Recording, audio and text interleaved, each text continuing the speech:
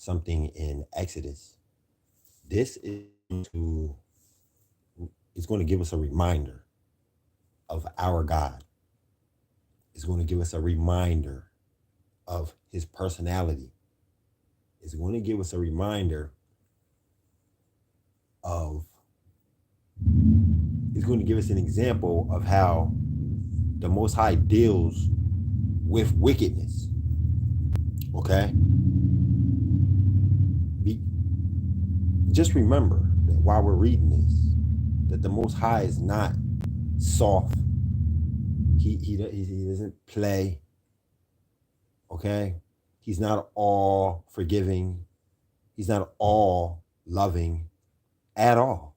That's a lie. These are the attributes. Them attributes that I just said, they are the attributes of another God, not ours.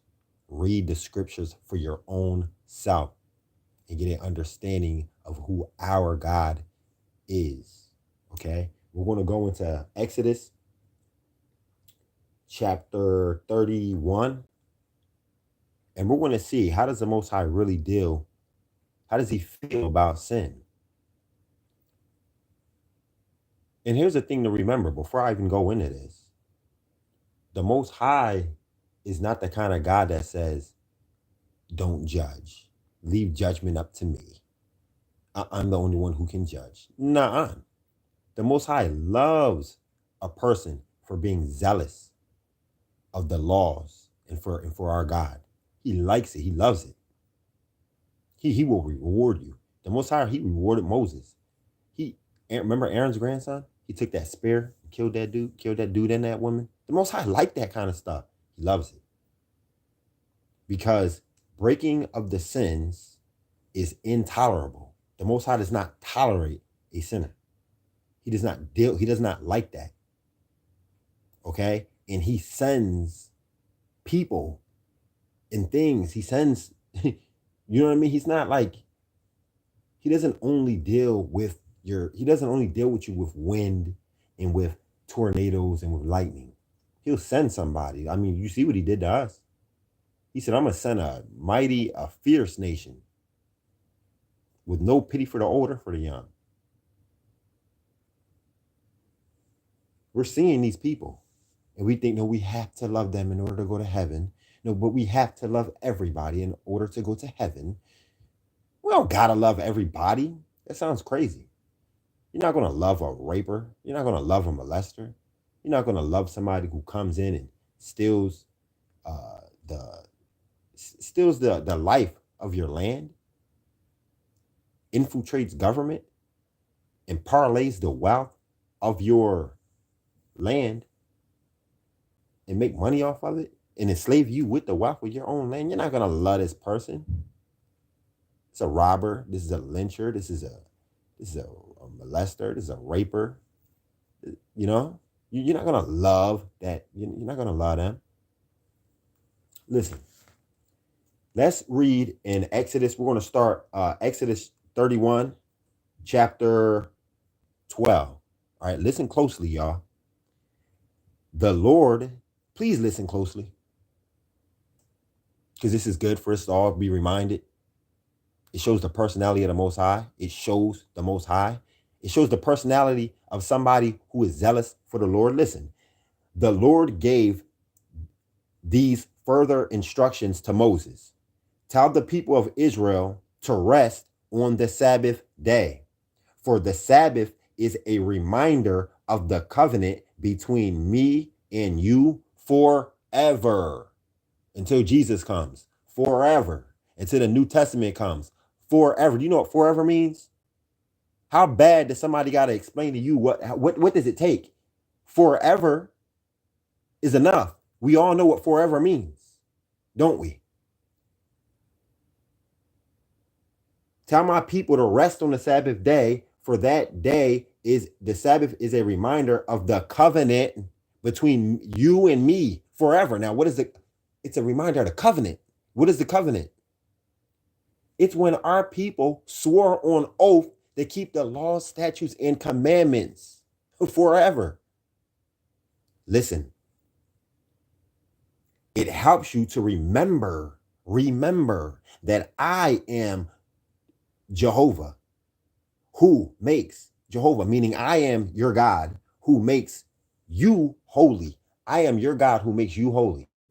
He said, keep the Sabbath because it is a reminder that it helps you to remind you of the covenant that we have forever. It reminds you that I am your God and that makes you holy forever. Are we a holy people right now? No, we are actually detestable right now. Wherever you see us, we're doing something wicked. Why? It's because we are the most unholy people on earth. We are the gangsters. We are the face of iniquity. We're the gay ones. We're the trainees. We're the ones running around half naked with our butts out. We're the ones running around trying to show off our print. As a men showing off their print now. You know what I'm saying? We're the ones. Why? Because we are not holy anymore, because we forgot the law, statutes, commandments. Listen, let's continue. Yes, rest on the Sabbath, for it is holy. Anyone who does not obey this commandment must die. Anyone who does any work on this day shall be killed. For 6 days only, for the work 6 days only.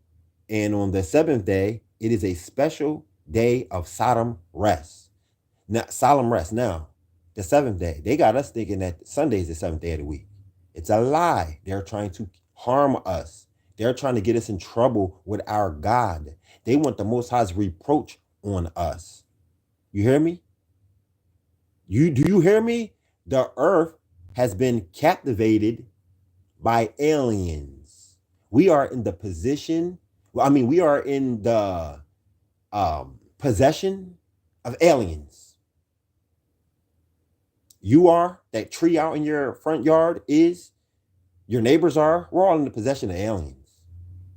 And when you start to speak up the truth, this truth right here that I'm reading, when you start to speak up, then they want you dead. They want you gone. They stalk you. They watch you. They send all kind of frequencies at you. They want you dead. This is the truth. A lot of people don't see it for what it is, but we, all of us, we're hostage by some damn aliens. Yeah. Anti-God. They're anti-God. They do not like God. They do not like our God at all. They do not want us having this truth. Do you know that? Remember that. You are a hostage. You have been taken. The Most High told you, I'm going to send a terrible nation from the north. That's where the sun is not at. You think of Iceland. You think of the north. When you think of the north, you think of where it's cold, where it's freezing cold. Okay? Caves. You don't think of the sun shining. I'm going to send a mighty and terrible nation from the north. Okay? And they will have no mercy or pity on the old or the young. And we're all astonished when we see these cops shooting down little children who are simply playing with a pellet gun. Talking about, I thought it was a real gun. Punching an old lady in the face on the ground. Giving her blows, socks to the face. Trayvon Martin. You see how they did little Tamir Rice, 12-year-old. Cop shows up, blows him away. Why? Because some old white lady said, there's a little boy out here playing on the playground with a gun. The cop showed up, killed him. I think they said within 10 seconds of the cop arriving on the scene, the boy was dead. Okay? Let's continue. The seventh day is a solemn rest day. Holy to the Lord. Holy to the Lord. This law is a perpetual covenant and obligation of the people of Israel. What does perpetual mean? That means ongoing, forever, never ending. What does it mean to be a perpetual obligation? That means that you are obligated to do this. That means that the Most High expects you to do this. And when you don't, he's going to punish you. Okay? I don't know what, listen. Come on. It's easy to see your enemies now. These pastors are your enemies, man. They have your worst interests at heart. It is a perpetual covenant and obligation for the people of Israel, for the white boy, the people of Israel, for the Chinese, for the people of Israel. You don't follow after them. Forget what they got going on. They have a one world covenant going on that they're trying to create. It's just like the Tower of Babel. It's a one world government. Satan don't like having one little sector right here. Satan wants to take over the world. He is not happy unless he takes over the world. Do you hear me? That's why whenever you look at it, it's always the same thing over and over again. There's nothing new under the sun. Satan's always trying to take over the earth. Always. Through demon possession. People's bodies who are inhabited by demons. Do you know how easy it is to be inhabited by a demon? It's an oath. It's a treaty. Come on, you can write it down on a piece of paper. And I can have I can have $100 bill sitting right here. And if you sign off accepting, it's going to be in legalese terms. You're not going to read it. It's not going to say, oh, for this money, I'm willing to accept this demon to use my body as a vessel. It's not going to say that, but it will in so many words, though. And then boom, as soon as you sign it and take the money, bam. That's a covenant, a pact, an oath, a treaty that you just made. That's why it's dangerous when we send our children to school. Every day they are pledging allegiance to a satanic principle, to satanic principalities. And then they go to college and they join fraternities. Okay? And they make oaths, pacts, and treaties. They make vows to demons. And then they come out in this world and you wonder why everybody's so damn retarded. You wonder why the cops are so retarded. They have to make oaths. Cops make oaths. You want to be a fireman? You have to make an oath. You see what I'm saying? You want to work at McDonald's? Sign your initials here, here, here, here, and here. Everywhere. All over the place. This is a satanic world, bro. And they have us all by oaths, treaties. The Most High sitting here reminding us of the perpetual covenant that he made with us. Being that it is a perpetual covenant. You heard this dummy out here with that truck? Being that it is a perpetual covenant that the Most High made with us, that means that we can always return to it. You see what I'm saying? This is the reason why, though. They know this. This is the reason why they want to keep us in a perpetual agreement with them. This is the reason why your ID expires. You go get a new ID, right? And it expires in 6 months. They got you back in there again, paying another $50-something for a new ID. You have to keep returning. It don't last. Your ID doesn't last for 2-3 years, even 5 years, a couple months, maybe a year. That's because that identification card, it reestablishes you in this place. You see what I'm saying? It's like it's the ultimate agreement. It signs you up. You see what I'm saying? Your name attaches you. That's not your name. That name is just a straw man that attaches you to this system. So whenever you go and you keep going back and you keep taking a picture of you and entwining it with this name. I'm trying to tell you. The Most High Ben told me, he said, stop going and renewing your ID. Just stop. I haven't had a valid ID since 2020. And even that one was new. It's sad because even that one was new. It was new. I just got it in like 2019. It never made sense. Why does my ID always expire so quick? Listen, the Most High made a determined, he said that the solemn day of rest, which is the Sabbath, is a perpetual covenant and obligation to the people of Israel forever. It is an eternal symbol of the covenant between me and my people, Israel. God loves all. He loves everybody. You know, he loves Israel. Stop letting these people lie. It is an eternal symbol of the covenant between me and the people of Israel. Eternal. Eternal. Now we're using words like eternal and words like forever. This is forever. No, no, no, no. It got switched to Sunday because that's the day that Christ, that's the day they had the feast. So that's the day they entered into the tabernacle for the feast. So it's a trick. They're trying to trick us. For in 6 days the Lord made heaven and earth, and he rested on the seventh day, and it was refreshed, and he was refreshed. Then, as God finished speaking with Moses on Mount Sinai, he gave him, now listen, now, let me just keep going. He gave him the 2 tablets of stone on which the 10 commandments were written with the finger of God. When Moses didn't come back down from the mountain right away, the people went to Aaron. Look, they said, Aaron, Moses, who brought us out here from Egypt, has disappeared. Something must have happened to him, because you remember, our people were in nature, and Moses went up to the mountain and said, I'll be back. After a while, the people began to get afraid, and they said, he ain't coming back. So Aaron, help us. And Aaron said, give me your golden earrings. So they did.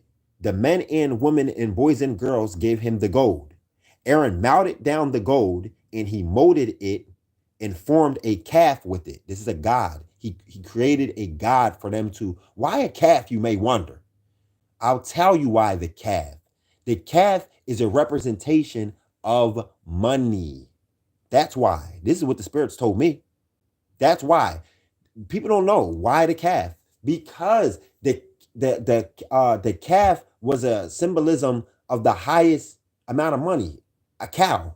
A cow in those days was like $100 bill. You don't get no higher than $100 bill, do you? You don't have $1,000 bill. The calf was the symbolism of the $100 bill. Everywhere where you look around, you see pictures like the people like to put up pictures of Benjamin Franklin. Ain't that his name, Benjamin Franklin? Whoever the guy is that's on the $100 bill. Okay, whoever he is.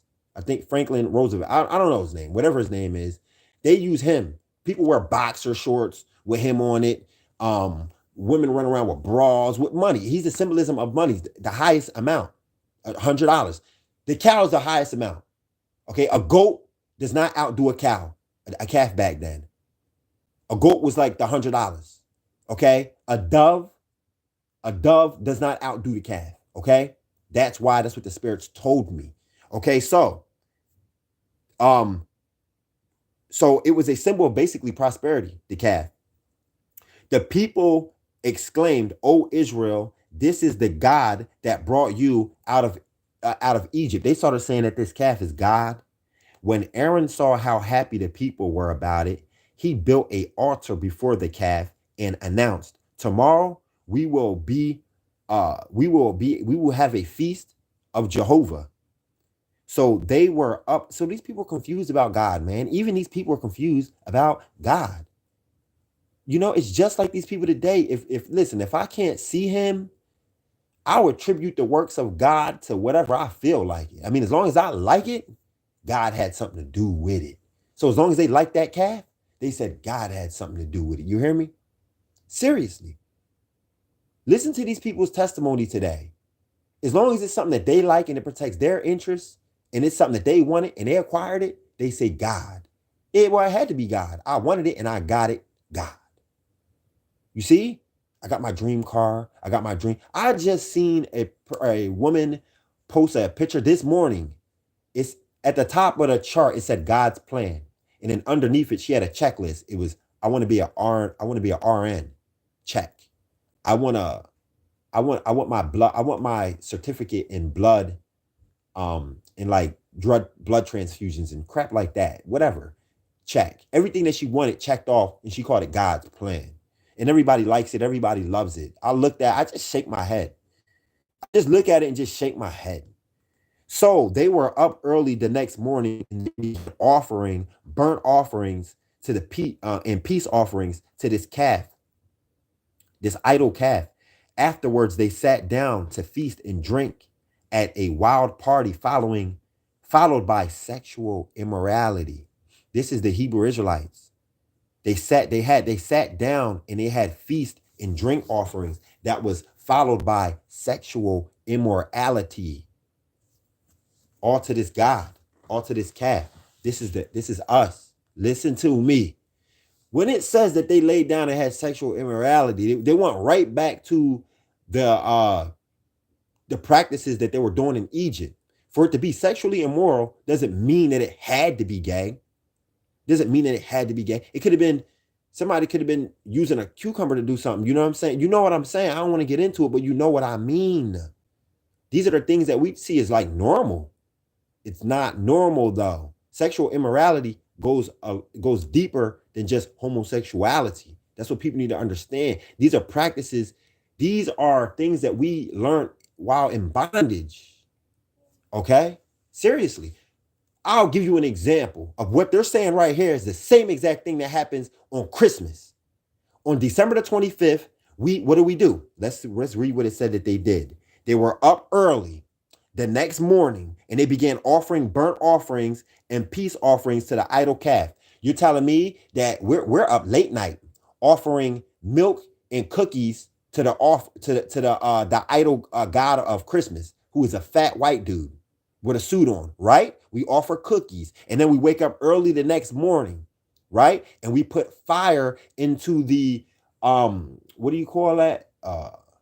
Chimney, the fire thing, whatever, and we light a fire. There wasn't no damn fire lit a week ago or 2 or 3 weeks ago or even a week after. We want to light the damn fire on Christmas. You see what I'm saying? Tossing wood in there and keeping it burning all that day. Afterwards, they sat down and they feasted and they drank. After you open up all your presents, that's exactly what you do. You have a good old feast. And then later on that night, you have sexual immorality. You're telling me that we're not having sexual immorality on Christmas night? After the feasting and all that was done? You're telling me the man and woman ain't laying down all happy, all joy? They're getting along fine. They had a great day. They lay down that night and they had sexual immorality. And they'll say, well, what's so immoral? We didn't do that. Yes, you did. Yes, you did. You don't know how it goes. We was all taught through porn and just what we think is normal is not. I'll put it to you like that. Then the Lord told Moses, quick, go on down, for the people that you brought from Egypt have defiled themselves and have quickly abandoned all of my laws. They have molded themselves a calf and they worshiped it and they sacrificed to it and said that this is your God, O Israel, that brought you out of Egypt. Now, can you imagine our people 3,000 years from now reading about us, talking about that there was a day where these people they had an idol. It was a fat Edomite with an old one, an elderly Edomite with a white beard, with a red suit on, and they worshiped him every single year. There was images of him every single where, and if you said anything, they frowned at you and said, this is a good day. This is a happy day. This is an offering day where Israel comes together and does good deeds to one another, for one another. What could be bad about it? The people in the future are going to say, how could they not see nothing wrong with it? How could they not see anything wrong with it? When the God of that day was a man, a big fat Edomite man, as a matter of fact. How confused were these people? How could it have been? It wouldn't make sense. It wouldn't even make sense. They would say, what? How could we fall so low? And the Most High would say, it's possible. The messenger or prophet of that day would say, it is possible. Just make sure you remember what I'm telling you happened in that day. That's why the Most High told us when we came out of Egypt, he said, remember me, the God who brought you out of the iron furnace. Always remember me who brought you out of Egypt so that you do not go back. Now, here our people are. We think that we're already back in, and we think that we're out. We are so confused. The Most High said that for a lack of knowledge, my people are destroyed. We are destroyed because we have no knowledge, bro. We don't know. And we're sitting here so retarded and confused, having the nerve to call ourselves gods and goddess and divine empress. What the hell is so divine about you? How are you an empress? You don't know nothing. You worship yourself and you don't even realize that you worship yourself. You see what I'm saying? You have so much to say, but you ain't saying nothing. You don't preach, you don't speak out about you don't even understand how far from grace we are. This is bad. I'm telling you, this is bad. Listen, let's see how Moses took this. Then the Lord said, I have seen what a stubborn and rebellious people these are. Now let leave me alone, Moses, and my anger shall blaze against them and destroy them all. And I will make you, Moses, into a great nation instead of them. I'm going to kill every last one of them. And I'm only going to leave you alive, Moses. He said, I'm going to send you a wife and you're going to make children from her. And they're going to be the Israelites who take us into the future. They're dying. But Moses begged the Most High not to do it. He said, Lord, why is your anger so hot against your own people who you brought out of the land of Egypt with such great power and mighty miracles? Do you really want the Egyptians to say that God tricked them into coming out into the mountains just so that he can kill them out there, destroying them from off of the face of the earth? Do you really want to make our enemies rejoice like that? Turn back from your fierce wrath. Turn away from this terrible evil that you are planning against your people. Turn away from this terrible evil that you're planning against your people. Listen, y'all, if the Most High felt that way about us at that time, how do you think he feels about us right now? We're doing way worse right now than what they were doing. They made a calf. They paraded. They burnt incense. They had a great time, and that was that. I mean, it was bad, but look at us now. Yo, we have a culture of degeneracy right now. Bro, we will cuss your ass out if you check us for the evil that it's normal. Bro, listen, how hot do you think the Most High is at us? We, at this point in time, in this day and age that we're living in, you are supposed to rejoice at the terrible. When you know the wrath of God, then you should just know it. I'll put it that way. Because you hear what Moses just said. He said, turn away from the terrible evil that you're planning to do against our people. The terrible evil that you're planning to do against our people. Listen, I'm telling you that we are so bad right now that we need this terrible evil to continue. It's happening right now. It is happening, and we need it. Because I'm telling you, if the Most High don't send his wrath towards our people into this earth, period, we're doomed. We are doomed. We're done. These people are heartfelt in their wickedness. See, you see what I'm saying? Their hearts are binded to their wickedness. They're all of their emotions and compassion is all intertwined with money, false doctrine, and the wickedness. You know what I'm saying? They think that they're blessed by coming out and getting 100,000 followers, and I'm getting paid for views of their nakedness all over the internet. Why? Why do they attribute that as blessings from God? Because they're acquiring what they think they want. Cars, home. They're like, I could have been struggling in the hood. So obviously God is rewarding me for going half naked on it, for being butt naked on the internet. See, you see the confusion? It's confusion. Listen, remember your promise to your servants, Abraham, Isaac, and Jacob. For you swore by your own self that you will multiply, that you will multiply your posterity as the stars of heaven, and I will give them all of this land, and you promise your descendants that they shall inherit forever. So the Lord changed his mind and spared them. He listened to Moses. Then Moses went down, but listen, because it ain't over. It still gets bloody. Just listen. It gets bloody. By the hand of Moses, it gets bloody. By the hand of Moses, it still gets bloody. Just listen. So Moses went down from the mountain, holding in his hands 10 commandments that were written on both sides of the stone tablets. 10 commandments.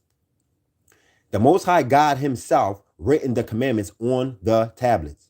When Joshua heard the noise below them of all of the people shouting, he expressed to Moses. He said, it sounds like that they are preparing for war. But Moses replied, no, they're not preparing for war. That is not a cry of victory or defeat. That they're singing.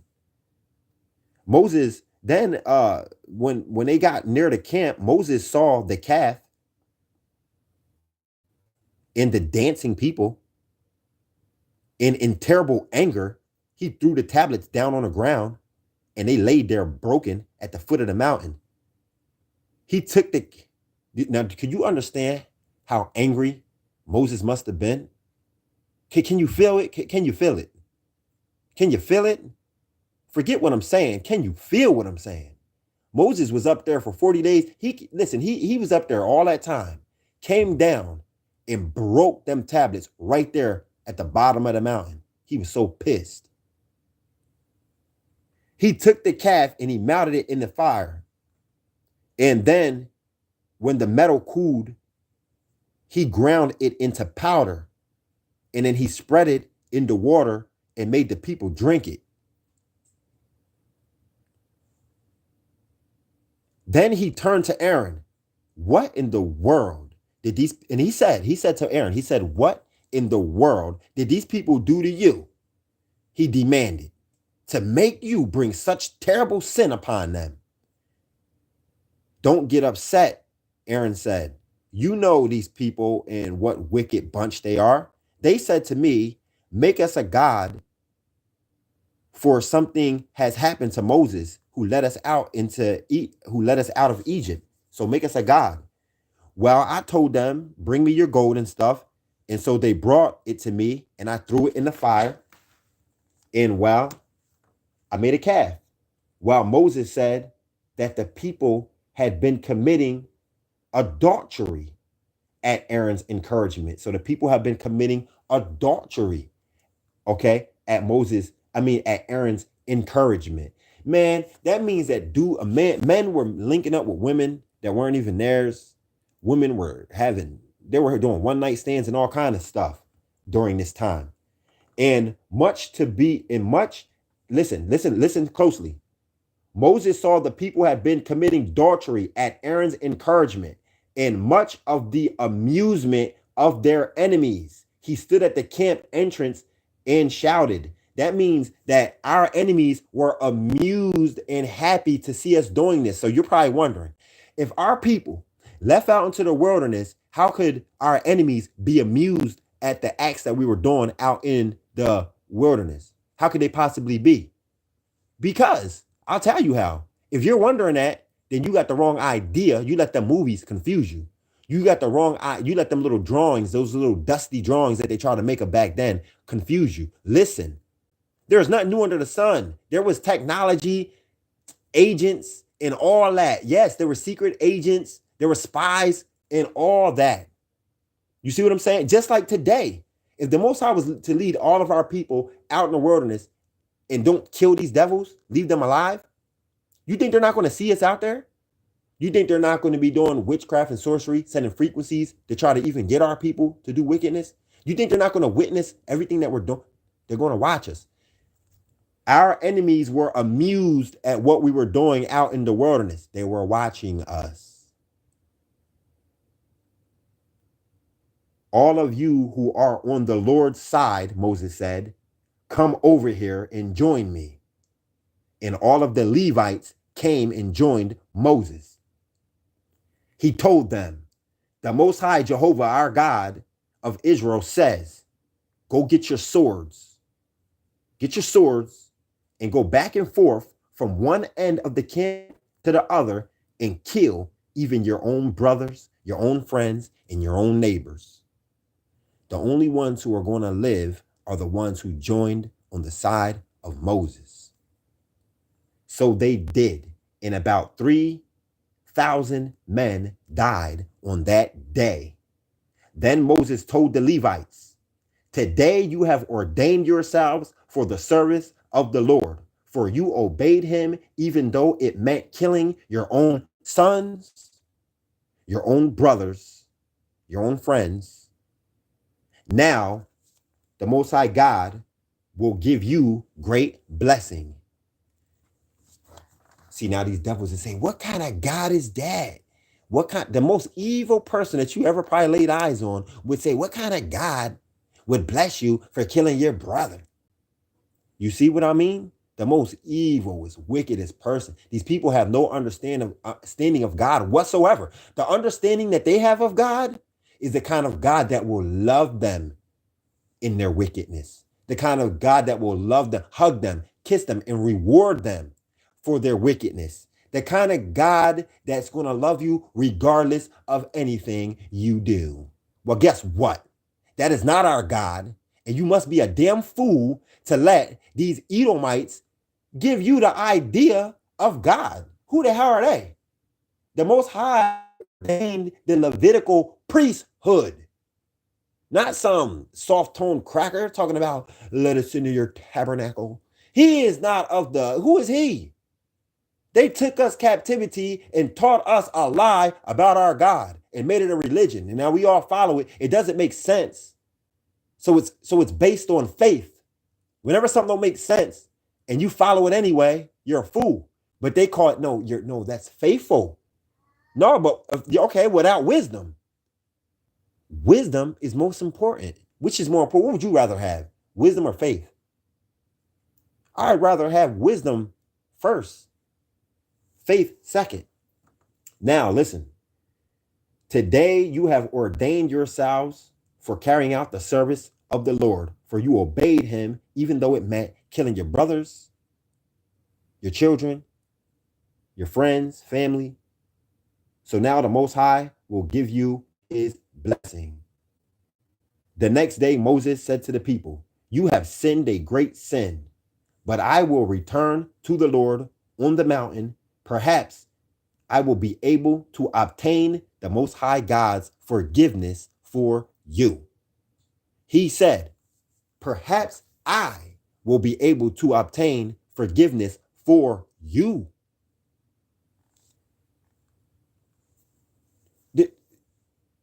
These people got it in their head that they're God them damn selves. I mean, in this day and age, they think they are God.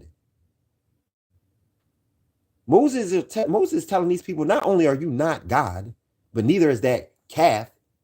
The calf is the object of money. I told you that calf was the object.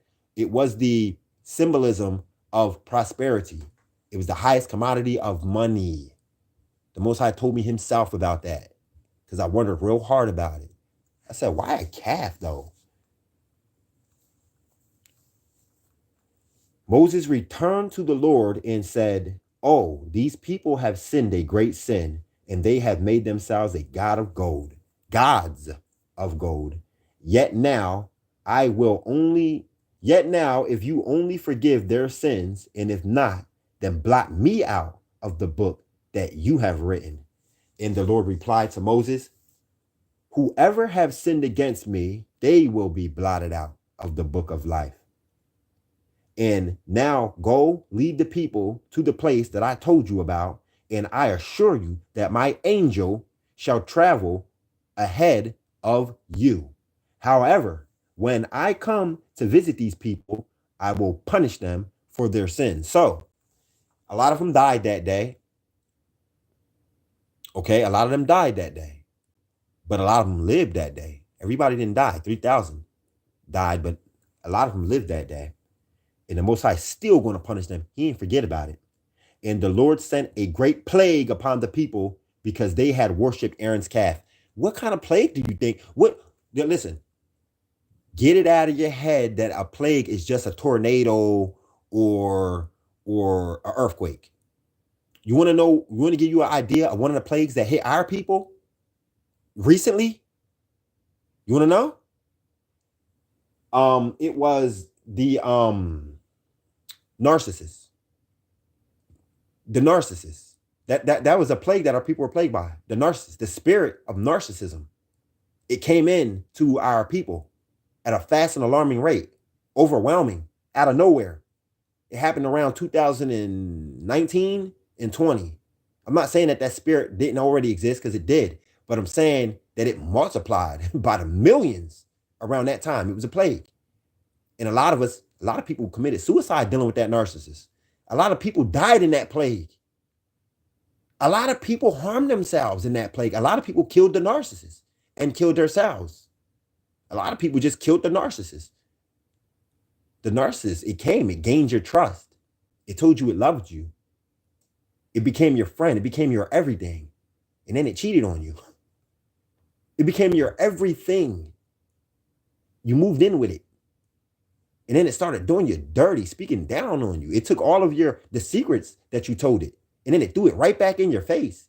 You told the narcissist, this demon, about your trials and tribulations as a child, and they threw it right up in your face. Called you a crack baby. Called you a crack baby. Oh, your mom did crack. You're a crack baby. Yeah. It broke you. It tried to break you. That was a plague from the Most High, I'm telling you. And a lot of people can't identify these plagues because they just don't know no damn better. But they're still out here running their mouths, talking about how divine they are. Man, please. You don't know nothing. We can sit right here and have a whole conversation just about the plagues that the Most High are sending right here, right now. People don't see it that way. People don't even see it that way. They disillusion you. You look at the shelves in the stores and you say, oh, this is the phantom. This is the food shortage, the phantom that's going to happen that Most High talked about. See, look at the empty shelves. That's for the person who can't think. No, that's what everybody thinks. No, that's the confusion. That's the deception. Empty shelves mean phantom, and no, it don't. No, it don't, though. No, it don't. That's the idea they gave you. Nuh-uh. Those shelves can be full as hell. And I can give you a whole shelf to eat on your own, and you're being famished. Because there ain't no vitamins, minerals, there's no nutrients coming from none of that crap on them shelves. There's your famine. There's your pestilence. There's your disease. You can fill up on McDonald's right now. I can show you an empty counter at McDonald's, and you'll sit there and say, see, famine. I can show you a full counter, and it's still famine. You're not eating food. These are genetically modified. These are genetically engineered. This is not even food. It tastes like food, not food. You can eat it and still die famished. You can eat it, put on mad weight, be hefty, and still die famished. You think the doctors are going to tell you what I'm telling you? No. Who's going to tell you? Some of these divine empresses going to tell you this? Oh, you got your plant-based turkey for Thanksgiving. You're eating your plant-based. Okay. Keep on eating your plant-based, genetically modified, genetically engineered. Keep on eating it. When they're crossbreeding this, when they're mixing this with that and creating that and putting a little flavor, seasoning it. You're eating cardboard. That's what? You're eating cardboard. Where do you think, where the hell do you think, let me ask you something. Where do you think cardboard comes from? Space? The thin air? No, everything's created from the earth. So plants, where does paper come from? Trees, right? Is a tree a plant? Okay. So if I take cardboard and I soak it in water, and once it gets all mushy, I season it, form it to look like sausage, and sell it to your dumb ass. And I tell you that this is plant-based sausage. You dummy. Everything's plant-based. Are you sitting on a chair? It's plant-based. You gonna eat it? You know what I'm saying? Are you wearing a shirt? It's plant-based. You gonna eat it? A couch, a stove. Everything is goddamn plant-based. Everything's from nature. Nothing comes from thin air. You didn't go to Mars to get it, so everything's plant-based. Stop letting them play you. I mean, goddamn. Cardboard. People literally are eating cardboard. No, I'm telling you for sure. They're eating cardboard, and it tastes good. All you do is soak it, marinate it, and it gets soft, and then you form it. You can use it as filling inside of I don't know, like like those patties, like a Jamaican patty. It looks like ground meat, huh? It looks like ground beef, right? It's all pasty like. Man, it tastes good, don't it? And the Lord sent great plagues upon the people because they had worshipped Aaron's calf. The Lord said to Moses, lead these people that you brought from Egypt to the land that I promised Abraham, Isaac, and Jacob. I said, I will give this land to your descendants. I will send an angel before you to drive out the Canaanites, the Amorites, the Hittites, the Perizzites, the Hivites, and the Jebusites. Now, I just named all of these different nations of people. Does that mean that they all look mean, all angry, and wanted to kill us? Does that mean that the women weren't beautiful, soft-spoken? Does that mean that the children weren't so happy, with laughter and joy? Is that what that means? Nah, they were, come on, they were people. But listen, you have to have an understanding of our God. You have to have an understanding of this world. These people naturally like to drive the Most High's people out of their duly elected position on earth. If they like it when we don't have a place to call home. I'm telling you, right now, we are slaves. We are in bondage. We have no place to call home. We go and buy and ask permission to even go from state to state. We got to pay a toll to go from state to state. We pay money to go and visit Jamaica, and we have to come right here, come back to go to work. We have to, we ask permission, passport. Can I passport? You see what I'm saying? Can I go, please? Can I go? We have to get granted permission. We have no home. Our home is the house of Satan. We come right back to our landlord. We come back to his. They like it like this. It's better this way. They don't like it like when we have our own. Even in Jerusalem, when we had our own place, we had our own fortified city. They would come and knock our walls down, come in and destroy our temples, rob it and pillage it, and kill our people, brutalize us. And the Most High allowed it to happen. Why? Because here we are intermarrying again with these other nations. Why? Because they're beautiful. I mean, what? People are people. You're going to find beautiful people everywhere. You see what I'm saying? But we have laws, statutes, and commandments that we must keep. I know you already know these things, but I still want people to know that we have this understanding. I want the listener who is of another nation, especially the so-called Jews who are acting like us, I want them to understand that we have an understanding of who we are and why the Most High did us the way that we have been done. I want you to understand that we know who we are and why we have the Most High's reproach on us, why we have been made the face of violence, of ignorance, of stupidity, why they play hangman with us in schools, making a mockery of the torment and murdering, lynching of our ancestors. They play hangman with us in school. And it's not like they don't know. Everybody knows. Nobody just cares. And for a while, we didn't care. But ain't nobody ever played gas chamber games in school with little Jewish children. It wouldn't be tolerated. It wouldn't be tolerated. Everybody would see it for it. It would be an atrocity if somebody would try to play that game with them. But it's okay when they play with us. Pay attention. The Lord, listen. It is so anyway, I'll tell you like this. The Hebrew Israelites are going back home because the same way he drove nations out before, he'll drive them out again. It don't matter. You can sit there and claim to be us all you want to. You're not even a people of rhythm. You're not even a people of rhythm and spirit. You're not us. There's no way Moses looked like. There's no way Moses was one of y'all. Whisker have it. I don't even want to be rude. I don't even want to go there. But don't you ever disrespect us. By saying you disrespect me.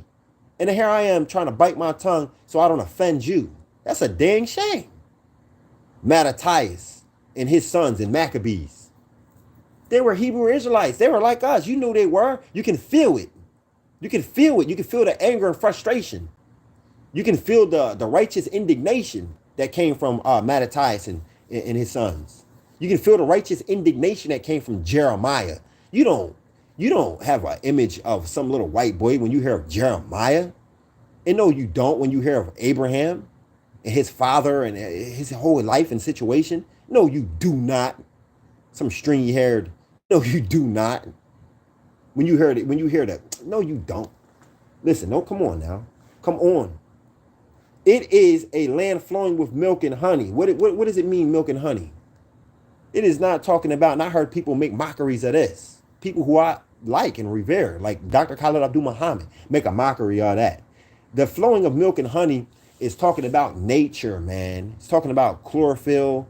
It's talking about the juices that are produced within an apple or a fruit.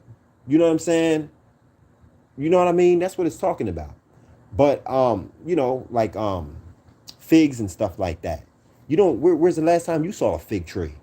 When's the last time you went out into nature and saw a fig tree? Well, when you read the stories of us over in Israel, they had what kind of what's those little juicy little fruit? They're little red ones. Pomegranate. Pomegranate. When's the last time you saw pomegranate? When you read the story of King Solomon, the Song of Solomon, he was talking about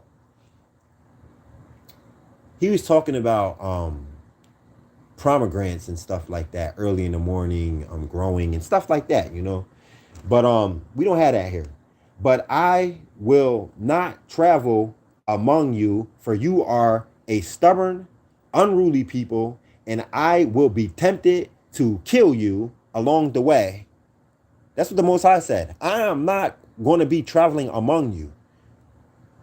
Okay? Because I'll be tempted to kill you the whole entire trip. This is our God. All right? When the people heard these stern words, they went into mourning, crying, and they stripped themselves of their jewelry and of their ornaments. For the Lord had told Moses to tell them that you are an unruly, stubborn people, and if I were among you for even a moment, I would exterminate you. I would exterminate you. So for that matter, I'm going to send the angel before you. Remove your jewelry and your ornaments until I decide what to do with you. So after that, they wore no jewelry at all. Moses always erected the sacred tent. That means he always put up the sacred tent, the tent for meeting with God. He called it the tent for meeting with God. Let me pause for a minute, y'all, because how does this make you feel? How does it make you feel? It should give you a sense of reassurance. The Most High is not through with us forever. He's not through with us forever.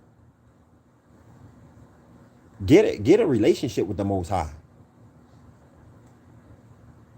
You be one who the Most High is not totally pissed off with.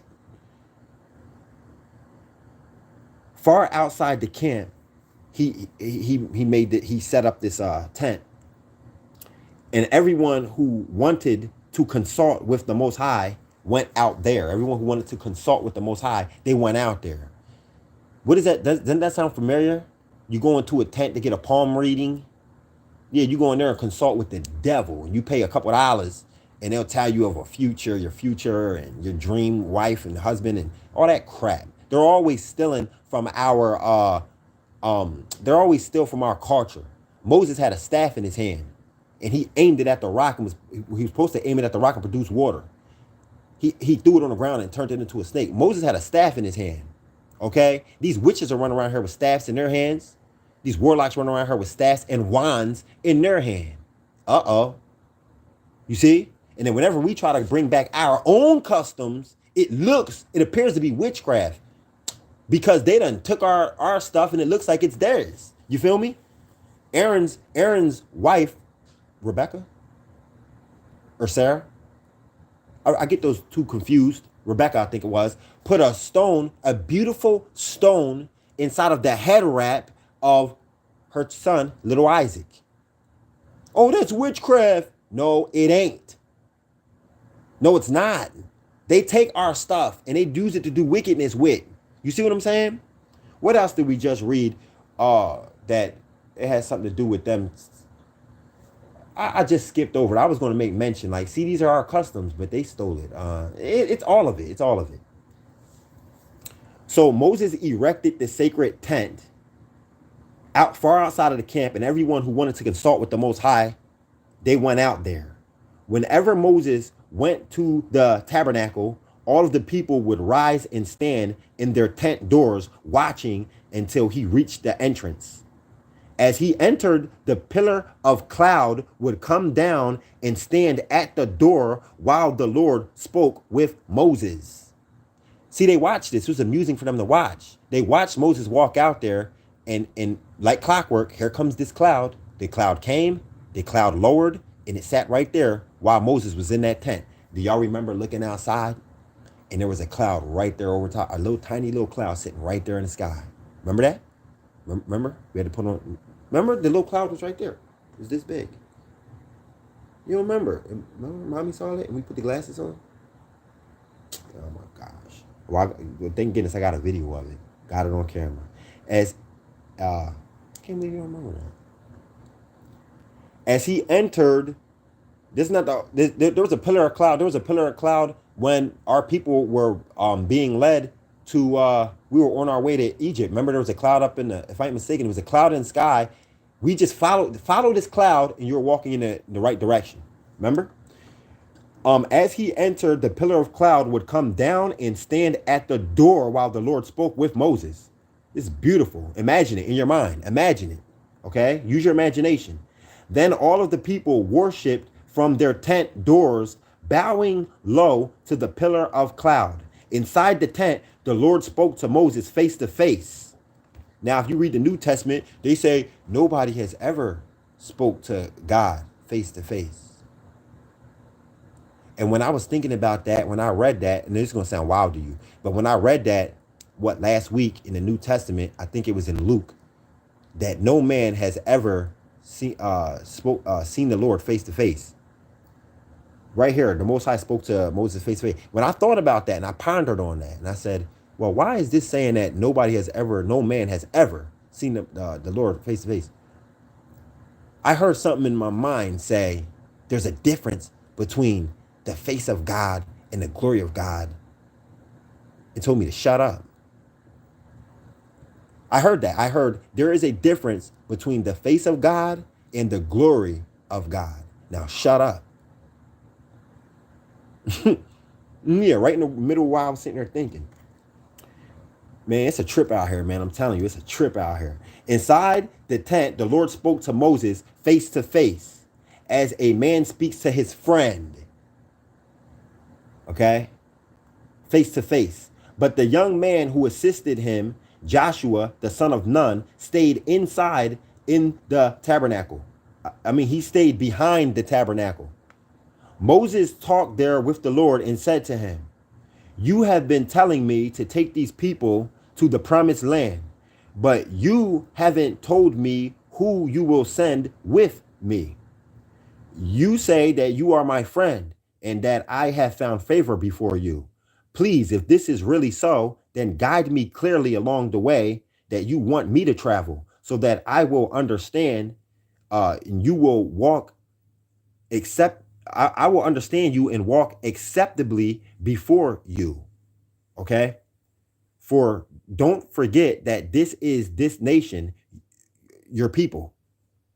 And the Lord said, I myself will go with you and give you success. For Moses had said, if you aren't going with us, then don't let us move a step from this place. They were comfortable there, and they're like, well, he said, well, where are we really going? Where are we headed? They're headed to a place that they don't know. They just have faith in the Most High. They don't know exactly where they're going. We're just going. If you don't go with us, who will ever know that me and my people have found favor with you, and that We are different from any other people upon the face of the earth. I repeat, if you don't go with us, Moses said, how, who will ever know that I and my people found favor with you, and that we are different from any other people on the face of this earth? That was our people leaving out of Egypt, bruh, bondage. Don't let these folks fool you with some 10-year atrocity that happened to these darn white folks. And now that they're back home in Israel, now the Most High's people is back home. End of the story. That's a god darn lie. There's still more. There's still more to the story. It's still more to the story. How can it just be done and over with? There's still more to the story. The Most High's people are still out here getting lied on. They're still making us the face of, you know what, that so-called disease that's going around. Oh, black people are the biggest carriers of it. Ain't that right? West Nile virus, Ebola. See, we're the face of all of the curses. It's not over. It's kind of funny to me, bro. A little bit. I'm astonished a little bit how anybody would believe this lie, that these cornballs are the Most High's people. How would anybody know, Father, unless you're with us, that we are different from any other people upon the face of the earth? Right now, the Most High ain't with us. And do we really look like the chosen people? No, we're the worst. We're the worst of the worst. The Most High said, I will make you an astonishment with the entire world. So here we go again. How, if you are not with us, Father, how would anybody ever know that we found favor with you and that we are different from any other people upon the face of the earth? Unless you're with us, they won't know. You see what I'm saying? And the Lord replied to Moses, yes, I will do what you have asked, for you have certainly found favor with me, and you are my friend. These cornballs that's running around here talking about Jesus is my friend. Jesus is my friend. Let them go ahead and say it. Let them go ahead and say it with their mansion, with their 2-car garage, and whatever they got going on, whatever businesses they got going on. Listen, there are some liars. Let them go ahead. I mean, the lie is going to still stand for a while. For a while. I mean, what? When we were in Egypt, we were taking on their customs and gods and practices and everything too. And we had jobs and everything. I mean, we thought we had it good there. Obviously, when our people were begging to go back and crying to go back to Egypt, talking about we were eating better there. Why did we ever follow you out here, Moses? Getting smart with him. I mean, obviously. So obviously there were people in Egypt who thought that they were friends with God too. There were even Egyptians running around preaching about God and really didn't know who he was. That's why Moses had to go up and rewrite. He had to go up and get some truth up on the mountain, and he rewrote some stuff and brought it back. And before he did that, he had 200 Hebrew Israelites in Egypt arguing with him, talking about, who do you and Aaron think y'all are? Talking about that we got to go out and leave this place and go out into the wilderness. Who do y'all think y'all are? What are y'all talking about? There were scriptures back then. There were scriptures at that time, but there were false scriptures. They had been played with the same way, just like in the days that we're living in, the same way, just like in the days of Mattathias. Read Maccabees. It says when they turn to the scriptures, they have seen that the heathen has injected images of themselves inside of the law, the book of Moses, inside of our book, inside of our scrolls. The heathen put pictures of themselves. And you go and pick up a Bible right now, you will see a picture of the heathen. It's the blonde-haired, stringy-headed man that's running around here claiming to be the Most High's chosen people. They are actually at the synagogue of Satan. Those who claim to be Jew and are not are the synagogue of Satan. You open up them scriptures. That's exactly who you're going to see pictures of. And they are realizing the truth right now as we speak. And you know what they're saying? Surely we have inherited lies. Surely our ancestors have our forefathers have inherited lies that was passed down unto us. And they're going to bow down. Every knee shall bow and confess. Everybody who laughed at us, everybody who mocked us and scoffed at us, while the Most High had his reproach on us, they are going to not rejoice anymore at the suffering, the pain and suffering of the Most High's people. Then Moses asked to see God's glory, and the Most High replied, I will make my goodness pass before you, and I will announce to you the meaning of my name, Jehovah. That's what they have written in here. The Lord, Jehovah. That's what they have in here. Another scripture is going to say Yahweh. Another translation is going to say Yahweh. But like I said, I'm sitting here right now reading I'm sitting here reading the translation of some Englishmen of our scriptures. They played with the words. They played with everything. Go and read Jeremiah for yourself, chapter 8. It says, how can you say that you have the law? This was Jeremiah speaking to our people back in his day. He said to our people, how can you say that you have the law of the Most High God when the lying pen of the scribes have dealt falsely with our book? So what is he saying? He's saying they goddamn took our scriptures and lied. They added stuff in and they took stuff out. Everything the Most High say don't do, they have us doing it and they do it. And everything the Most High say to do it, they have us looking crazy while we're trying to do it. The Most High said, don't add from my scriptures, and don't add to it, and don't take nothing out. And you must be a fool to think that they didn't do it. You must be a fool to think that it can't be done. People think that act like it just can't be done. It can be done, and it did happen. I don't agree with every word that I read in the Bible, especially not the New Testament. Ain't no way. All that confusion a lot of it don't make sense. But then a lot of it is true. But man, listen, give me that charger right there, please. Let me continue. I show kindness and mercy to anyone who I want to. Thank you. But you may not see the glory of my face, for man may not see me and live. So, he didn't see his face. Okay.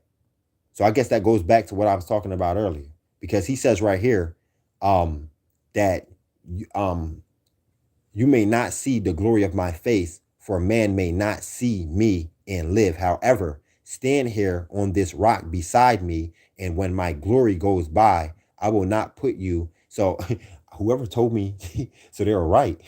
I go back off of what I said, y'all. I go back off what I said. Sometimes I don't be knowing. Okay, like I told you, I was reading the New Testament. It said that nobody has seen God. And I sat there and I wondered to myself, well, this must be a lie, because Moses seen God face to face. And I heard in my spirit, I heard clear as day. It said the glory of God and the face of God are two different things. Shut up. Told me to shut up. Anyway, so I stand corrected. And thank you and all glory and praise to the Most High God of Israel. They correct me a lot. Told me to shut up. They ain't the first time they told me to shut up. I remember one time I was singing this Prodigy song in my head. Prodigy from Mobb Deep. I was singing the song in my head, and the Spirit told me, shut up. Told me to shut up. However, stand here on this rock beside me, and when my glory goes by, I will put you in the cleft of the rock and cover you with my hand until I have passed. Then I will remove my hand, and you shall see my back, but not my face. Okay? So I stand corrected. You will not see the face of the Most High until you die. Prepare 2 stone tablets like the first one, and I will write upon them the same commandments that were on the tablets that you broke. Be ready in the morning to come up into Mount Sinai and present yourself to me on the top of the mountain. See, now The Most High is telling Moses what to do. It sounds like a good old conversation, right? But now, what if Moses didn't do it? What if the next day Moses just don't go? He don't feel like going. He just don't go. See, he has a choice here in the matter. It's not like he was being drugged and strung along, and somebody was dragging him. No, he had the choice. You see what I'm saying? And our people have a choice. I've been told to do something by the Most High and did not do it, and there was repercussions for that. You see what I'm saying? I just want you to just don't read. Get in. Try to get in there. Get in there. Get your mind in there. Get in there. Be ready in the morning to come up to Mount Sinai and present yourself to me on top of the mountain. See? No one shall come with you, and no one must be anywhere on the mountain. No one must be anywhere on the mountain. Do not let the flocks or herds feed close to the mountain. So Moses took 2 tablets of stone like the first ones, and he was up early, and he climbed Mount Sinai as the Lord had told him to do, taking the 2 stone tablets in his hands.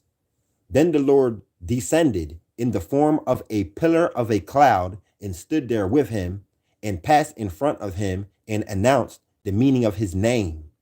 I am Jehovah, the merciful and gracious God, he said, slow to anger and rich in steadfast love and truth. I, Jehovah,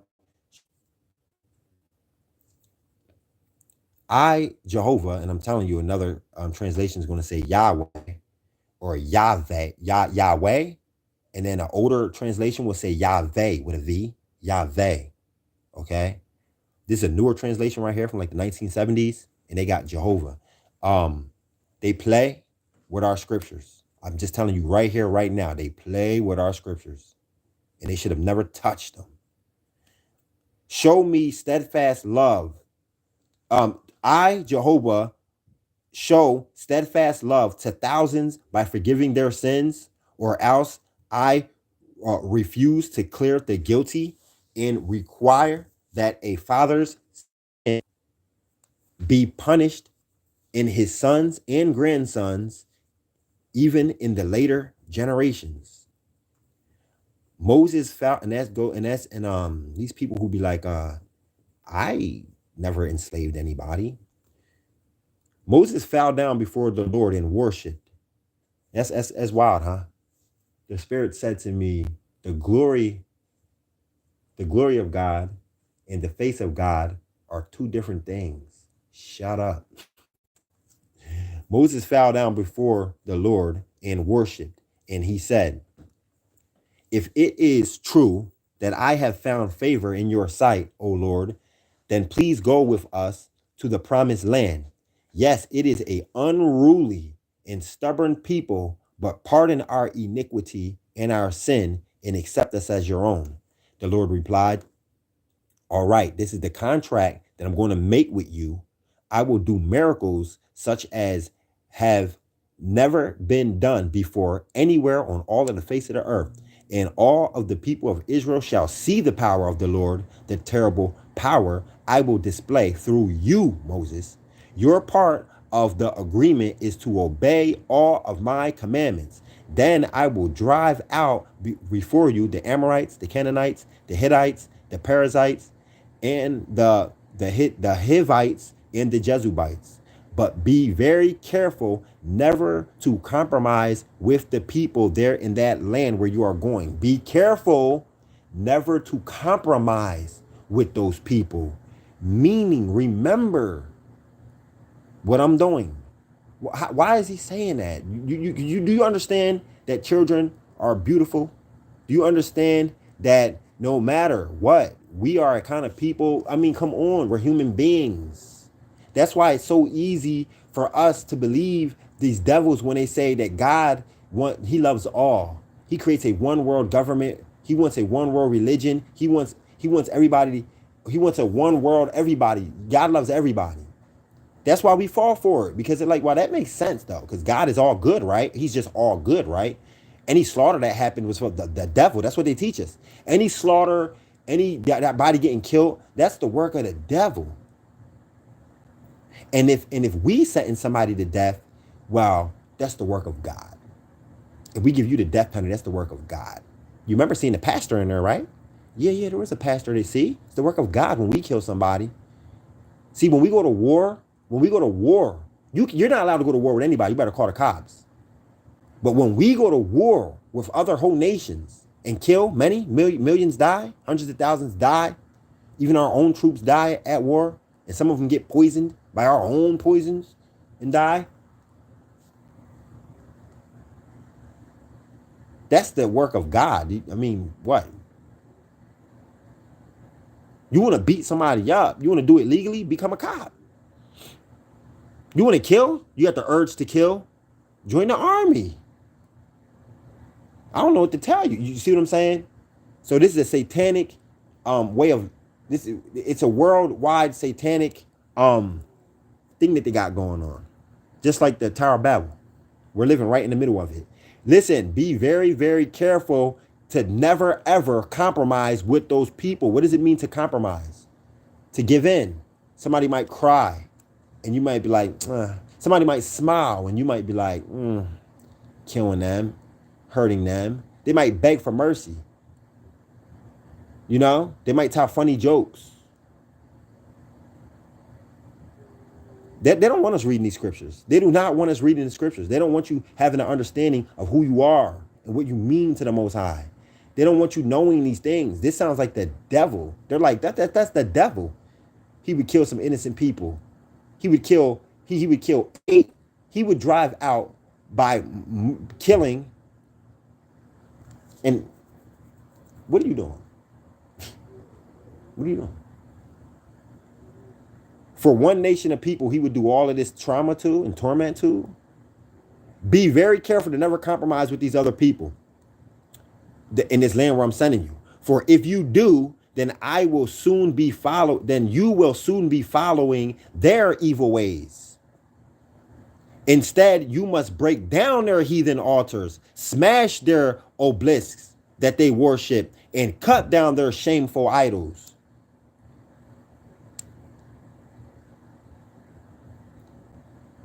Little picture of Buddha, or a big picture of Buddha sitting there Indian style, big fat bald headed dude, and that's normal today. That's just regular. You eat, you go out to eat, and that shit is sitting right in the lobby, and you don't care. You never mind it. You go out to eat. You take your wife, your children out to eat. And these gods that the Most High told us to smash are sitting right in your face. And they cook food for you. They know who you are. You don't know who you are. They know you. They know who you are. And wherever you go, they're going to follow you. Just how they were sitting outside of the gates of Israel when we had our fortified cities. They were sitting outside the gates because they like to sell to us. We would let them into the city. We would let them in. But we had to close the city gates on the Sabbath because the merchants of other nations were coming to sell stuff to us. They was making money off us. Wherever we go, they're going to follow us because they know we're going to eat their food. They know that we are a people, we don't even have a culture. So we'll buy their clothes. We'll buy their Jordans. Where are them Jordans created at? In China. So that means who's making Jordans? Jordan's black ass? No. Chinese people. I repeat, Jordans are made in China. So Jordan's black ass ain't making them shits. None of us. We don't make Jordans. We don't know what it's like to make Jordans. We never made Jordans. Chinese people make Jordans. And we kill over them shits. All right? I'm talking to my people. So if anybody don't like what I'm saying or how I'm saying it, you kick rocks. I'm talking to my people, my brothers, my sisters, our children. Okay? Listen, instead you must don't have no mercy on them. Instead you must break down their heathen altars, smash their heathen obelisks that they worship. Okay? And you must cut down their shameful idols. Man, I was in a relationship with a black girl, bro, a witch. She had an idol in her room. It was a woman. It was a Asherah pole. It was a woman who had like 4 arms or 6 arms. That I didn't know she was into witchcraft. She hid everything, but she forgot to put that away. I said, what is this? What is this? And she put it away. And then years later, when she thought she had me with the witchcraft, she brought it right back out. I should have burnt it. I should have left. If I knew any better, I would have got the hell out of there. For you must worship no other God but the Most High. They'll say it's just a statue. How's it a God? God said it's a God. You go over to Jeremiah chapter 10, and I think it's verse 4. I think it starts with, it talks about the Christmas tree as a God. For they cut a tree, don't take on the practices of the heathens, because they are vain and futile. They cut a tree out of the forest, and they hammer it to the floor so it don't tip or topple over, and they decorate it with silver and gold.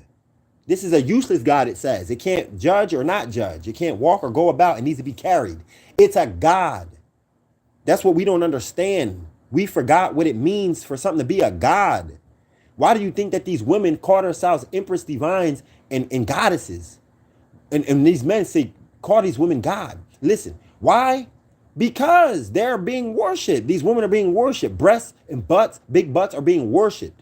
Beauty is being worshipped. We reverence a woman more than God. You see? So they know deep down that they are a God.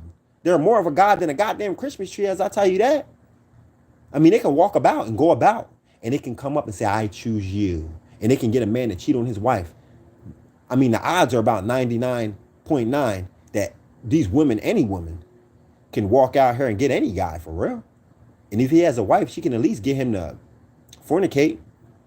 For you must worship no other gods but the Most High, your God. He is a God who claims absolute loyalty and exclusive devotion. He wants you to be devout and totally devoted to him.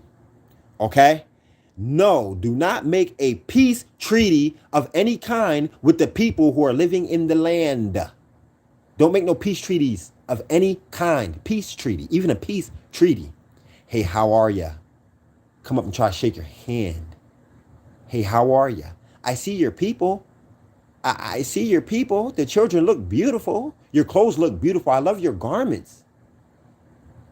I see your people, because we come in as strangers. And you know somebody's going to come up with a hand out trying to shake our hand and try to play and you know, for they are spiritual prostitutes. They are spiritual prostitutes committing adultery against me by sacrificing to their gods. I'm going to read that again, because the Most High even holds them accountable. No, do not make a peace treaty with these other nations, the people living in this land, for they are spiritual prostitutes, committing adultery against me by sacrificing to their gods, to their gods. Listen, the Most High told you that, yeah, they have gods, they have other gods, but they're still committing a crime against the true God. Even though we, the Hebrew Israelites, are his chosen people, these people are still committing heinous acts against the Most High God, the Creator, with their gods. You have to remember that. You must know this. This is the Bible. This is the scriptures. This is the scriptures. And then we let them get us praying and bowing down and worshiping their false gods. We even let the white man, the cracker, the most, and I don't mean no harm, but I'm telling you the truth. We let him get us praying to his God. He has two gods, bruh. Jesus and money. And they are the most important thing in any Christian household that you name. Any Christian household, you name it. They worship Jesus and money. And I know what I'm talking about. Trust me. That is the truth. And who got us doing it? The white boy. Period. Point blank. How do you think he acquired that big ass truck that he got? Who do you think he worships? Jesus. He goes to church, right? Sunday. He acquired money. Listen to his testimony and then listen to our testimony. Sounds very similar, don't it? You listen to the testimony of an Edomite and it sounds just like your grandmom's. Talk about money and prosperity. Listen, They are spiritual prostitutes committing adultery against me by sacrificing to their gods. Sacrificing to their gods. If you become friendly with them and one of them invites you to go with him or her to worship, they're going to worship, they're going to invite you to come worship their idol. And if you agree to go and do it, and you would accept their daughters who worship other gods as wives for your sons, and then your sons commit adultery against me by worshiping the God of his wife. You must have nothing to do with idols, and don't have nothing to do with these people. Oh no, no, no, one world we live in. No, we live in one big old loving world, just a big melting pot. Yo, man, listen. We are forced to live inside of multicultural societies. You go to your school, it's multicultural. They even had, when I was in high school, they had multicultural day where everybody would come together, and the Chinese students would dance in Chinese and do Chinese decorations, and it's called multicultural day. Y'all might have had that before. The Jamaicans made you got a chance to try curry chicken for the first time if you never had it. Chinese food for the first time. If there were Swedish students, they brought Swedish cookies and Swedish meatballs and all kinds of Swedish, of their culture. The only people who was left hanging was us, black folks, and it was a spit in our face. We didn't see it as such. Our parents didn't see it as such, what was really going on here. But now looking back at it, could you imagine the spit in our face? All we did was show the hell up. And you know what else we did? Because my sisters would join in multicultural day, and they would dance. And they would put on African garbs for multicultural day. You ain't no goddamn, you ain't from Libya. That's not you. You're just dark skinned. But we was dressing and acting like the African, you know what I'm saying? We was trying to take on, we wanted to be included so bad that we thought that be something black. Do something that black people do. It was African music. With African music. We didn't know what the hell they were saying. We were just dancing to the drums. It was sad, and it was a spit in the face. And as soon as they got done dancing, you know what they went and did, right? Take a guess. They went and ate some Chinese food. As soon as they're done, they went and ate Chinese food. Shrimp egg rolls. And then when they got done tasting that, they went over and ate some Jamaican food. Then they went over and had some Swedish cookies. It's a spit in the face. This whole construct is a spit in our face, in the face of our God. The whole thing. The whole entire thing. They train your children to love Chinese food. It's a treat. Chinese food is a treat. It's a treat. Oh, what are we eating today, Chinese? It's a treat. It's not a treat when you cook. It's a treat when they can get some Chinese. It's a treat when they can get some Italian. Every child loves spaghetti and meatballs and pizza. All of our Hebrew Israelite children love these, And he's going to eat it. And then he'll be back in school tomorrow playing hangman while being lied to about his history. Listen, you must have nothing to do with idols at all whatsoever. Be sure to celebrate the Feast of Unleavened Bread for 7 days. Just as I instructed you, all the dates appointed each year in March. This is a celebration of the renewal of the new year, man. Come on. That was the month that you left Egypt. We left Egypt in the beginning of the year. It was March. Come on, y'all. Why am I open here? Why have you noticed that this whole entire time I've been holding this spot open, and I don't even know why in Psalms? This whole time while I'm reading, I'm just holding this spot. Why? What am I supposed to come and read? Where does my eyes go? Psalms chapter 92. It is good to say thank you to the Lord, to sing praises to the God who is above all gods. The God who is above all gods. It is good. Hold on now. It is good. Listen, it is good to say thank you to the Lord and to sing praises to the God who is above all gods. The God who is above all gods. That must be the creator. That must be the one who created all of everything. It is good to give praises to him. Jesus didn't create all of everything. How can I accept Jesus as my Lord and Savior? How? When even Jesus himself didn't accept himself. He wasn't even his own Lord and Savior. Jesus wasn't the Lord and Savior of Peter. Peter didn't look at Jesus as God. The people who lived up around Jesus, who was around his disciples, didn't look at him like he was God. They worked for God. They did the acts of God. Come on. Jesus was a messenger of God.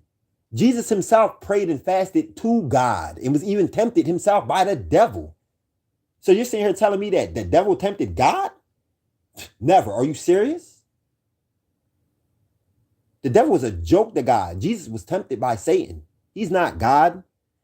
It is good to say thank you to, I'm telling you, so anybody who prays and worships Buddha, that little statue, it is good for even them to give thanks and glory and honor to the Most High, the Creator, the way Abraham did.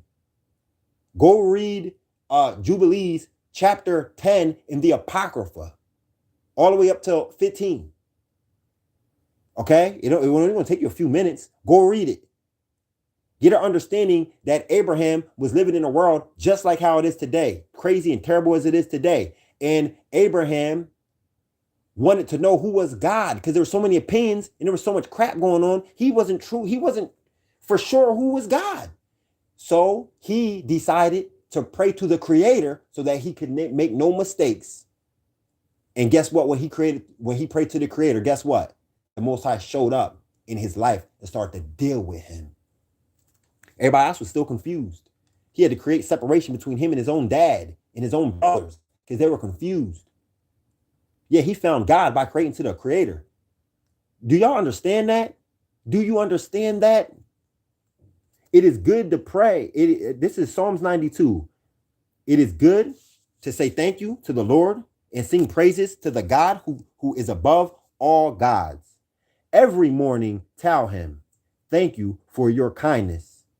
Are you going to do it? You're hearing me, but are you going to do it? You hear what it's saying. Every morning, tell him thank you for your kindness, and every evening rejoice in all of his faithfulness. What do? We wake up in the morning and we pour out libations to the Most High at 7 a.m. every day. And at 7 o'clock in the evening, we give another libation offering every day. Okay? Now we're sitting here reading this. Sing his praises, accompanied by music from the harp and flute and lyre. You have done so much for me, O Lord. No wonder I am glad. I sing for joy. O Lord, what miracles you do, and how deep are your thoughts. Unthinking people do not understand them. Unthinking people do not understand them. No fool can comprehend this. So while everybody's out there, I'm telling you, the most faithful people are the most foolish. They don't even want to hear the truth. You try to give it to them, they rather have faith in a lie. You need wisdom too, so that you're not having faith in a lie. Oh, the faith, all you need is a mustard seed of faith and you're all good. Well, what if you put that same mustard seed of faith in a lie? Then what? Nobody want to talk about that. How do you discern whether or not it's a lie or truth? Why? Just simply because it's written? We already talked about the lying pen of the scribes. Why does the Most High send messengers and prophets for? If all you have to do is read a book, what is he supposed to do? Come and have story time with you and just read out of the book? People get on my nerves. No fool can comprehend this, that although the wicked flourish like weeds, they flourish like weeds. Yeah, they are very prosperous. They appear to be blessed. There is only eternal destruction ahead for them. But the Lord continues forever, exalted in the heavens, while his enemies, all evildoers, shall be scattered. Now, I thought the Most High was all loving, all forgiving, and all kind. Why would it say that the Most High has enemies and that he brings destruction upon those who appear to be so prosperous and doing so great, but are actually foolish? I thought he loved everybody. What happened? Them same wicked ones who got this fate, who are going to suffer this fate, are the same ones who came and told us, don't read the Old Testament. Just don't read it. Because they know damn well that Jesus wasn't talking like this. They know that there's not too many places in the New Testament where you're going to find this type of talk. And where there is, the preachers don't read that part. They just skip over that part in the church. There's a lot of truth in the New Testament. Don't get me wrong. But you have made me as strong as a wild bull. How refreshed I am by your blessings. I have heard the doom of my enemies announced, and I seen them be destroyed. Oh, pray for them. Pray for them. Oh my gosh, your enemies were destroyed. How terrible. How terrible that they didn't continue to prosper, to rule over you and lie to your children. How terrible they didn't continue to prosper and control the dynamics of your everyday life. Aw, that's how they want you to be. They want you to be a coward. They want you to be gay, soft-spoken, weak-hearted, and weak-minded. Yeah. I have heard the doom of my enemies announced, and I have also seen them destroyed. What a blessing. But the godly shall flourish like palm trees and grow tall as the cedars of Lebanon, for they are transplanted into the Lord's own garden and are under his personal care. Even in old age, they will stand and produce fruit and be vital and green. This is if you are responsible. The Most High will put something on your heart and you have the responsibility to carry it out. Just the way that Most High told Moses, where he said, this is what I have planned for you tomorrow, Moses. So make sure that you get up and come up to the mountain. He didn't say, I'm going to drag you out of bed. He didn't say that. He said, these are the plans that I have for you.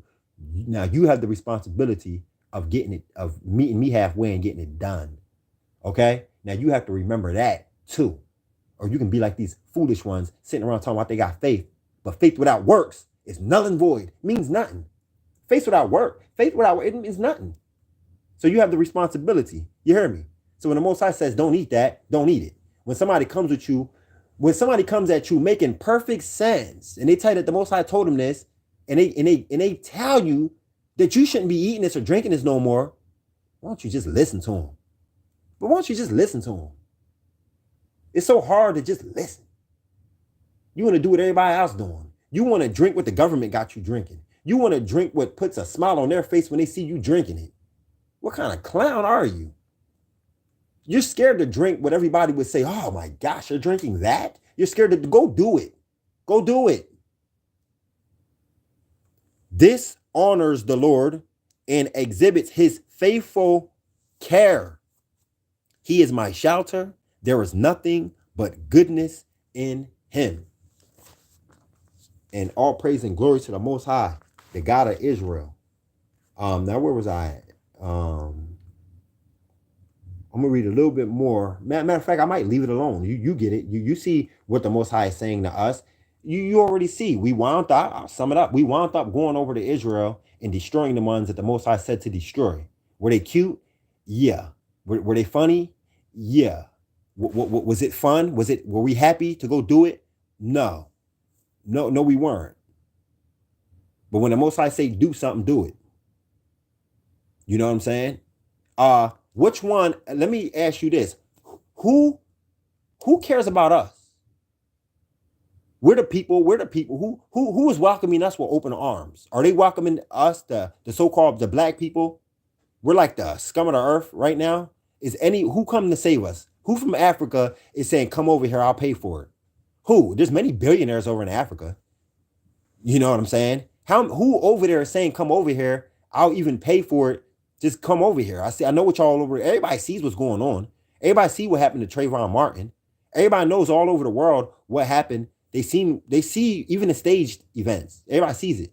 Nobody's reaching out for us. But as soon as we see Donald Trump come out and say that Mexicans are no longer allowed to come into America without a passport. He didn't say that you can't come. He said you can't come illegally no more. We blow a fit, black people. We make songs talking about F Donald Trump. We start making all kind of signs and showing up at the Trump rallies, speaking up for Mexicans. And all he said was, you can't come back in illegally. We are shutting that down. And we just blew it. We blew it. We went all out for Mexicans. We were getting beat up for Mexicans. White folks, rednecks were rolling us out of the door and all kind of stuff. But who the hell went hard for us when we were getting hung even? I mean, we were getting hung. We're still getting hung. And they're saying it's suicide. They're playing hangman with our children. You show me a Mexican holding up a sign saying, stop playing hangman with them black people. You show me it, man. Just show me it. This shit pisses me off. I'll be trying to keep my cool. It pisses me off. Come on, man. We love people like Nipsey Hussle. It's Nipsey Hussle, man. He's a Crip. He's a self-proclaimed Crip. He's a crazy nigga. He's a crazy nigga who set up a store in the community to charge you $100 for a damn t-shirt, and you want to praise the punk? All because he was mad at what Donald Trump was saying about Mexicans? Now he's our guy? He's the one? What the hell? You can't afford to go shop at that man's store that he set up right in the middle of a poor neighborhood with his Jaguar parked outside every day? What the hell? Oh, every now and then he set up a hot dog stand to give out free hot dogs. Y'all niggas just like free shit. Who the hell is Nipsey? He ain't nothing. The nigga is a killer. A self-proclaimed killer. Listen to his music. Who do you think he was killing? White folks? Huh? Who do you think he was killing? Members of the synagogue of Satan? Who do you think he was killing? Masons? The ones who set up in our community just like he did and take advantage of our disposition? Is that who Nipsey Hussle was going after? Hell no. Nipsey Hussle was an enemy to our people. Nothing but an enemy of our people. We are just so foolish. We're so hard to lead in the right direction, easy to lead in the wrong direction. It's sad. We'll make a hero out of any goddamn body. I mean, shit.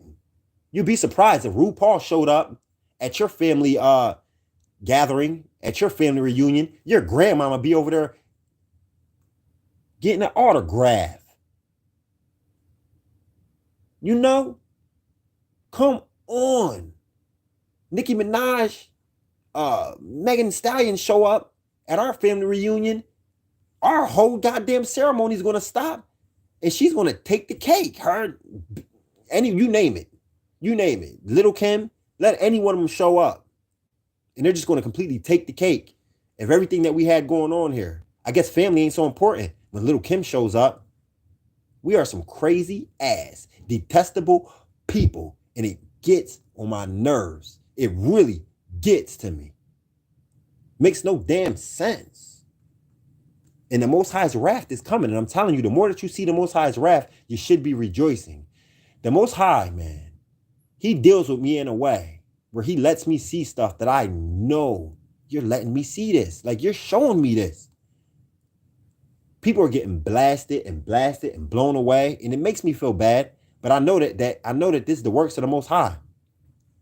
And when I look at these people's pictures, they all was rejoicing on Christmas. Most of them was, I'm telling you, just look.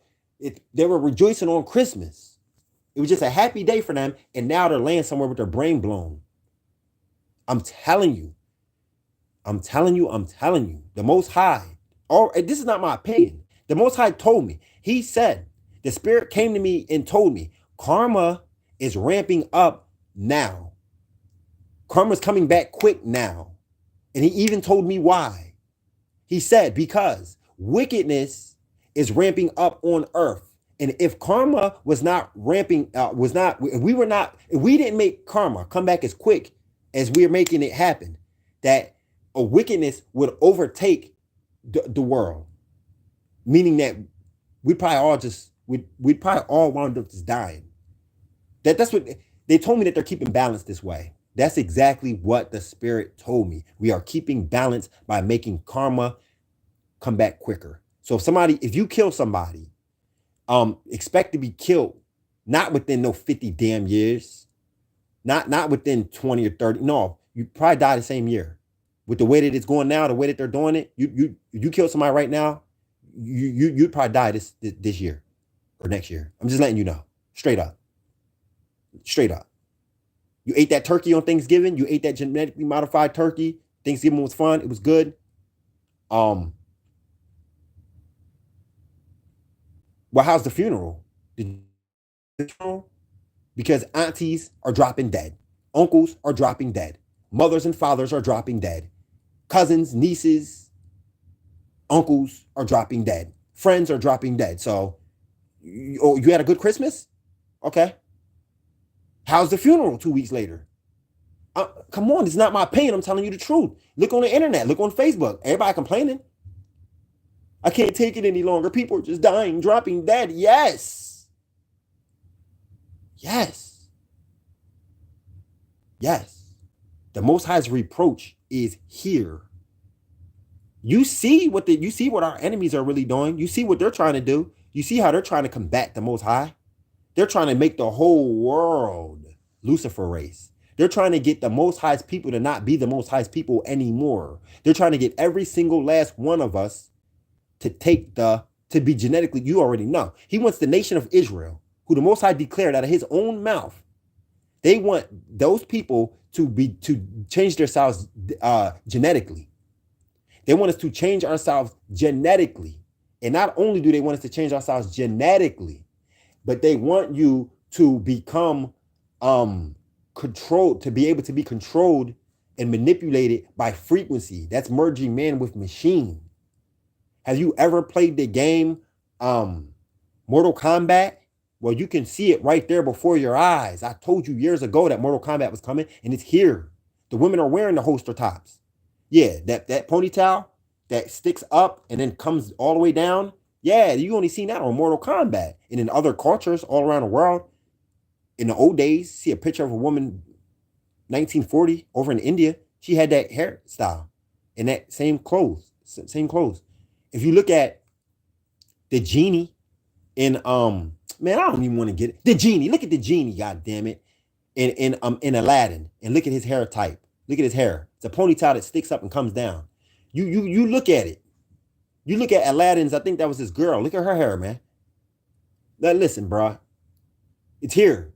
We are living in Mortal Kombat, and we are in Mortal Kombat every day. We are engaging in Mortal Kombat. And when I be trying to help people, I be trying to help my people to higher your vibrations. I tell you exactly what to do it, and you don't listen.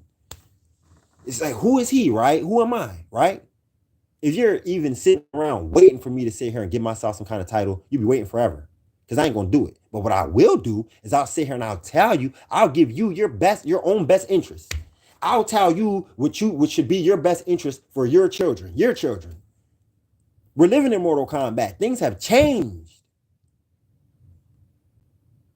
You see what I'm saying? Things have changed. Be careful.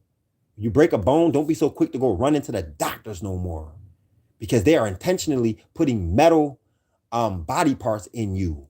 Intentionally. They know other ways. They know what. Listen to me clearly, that if you're going to put a mechanical body part inside of a person, it ought to be gold or something else, not no goddamn aluminum or no goddamn steel. You don't put that inside of a person. That's like an antenna, putting an antenna inside of a person. And that's what they're doing. It should be gold. If I'm going to replace your hip with metal, it should be gold. If I'm going to give you a metal plate in your head, it should be solid gold. Not something that's going to give you a goddamn headache It's something that it's. Come on, these people got pacemakers in their heart, and they're being controlled by the frequencies. Oh, I don't know what I'm talking about. I know I don't know what I'm talking about. This is crazy, right? What is he talking about? The hell I'm talking about? I know what I'm talking about. They're trying to manifest car accidents. Do I still not know what I'm talking about? Are they trying to manifest car accidents?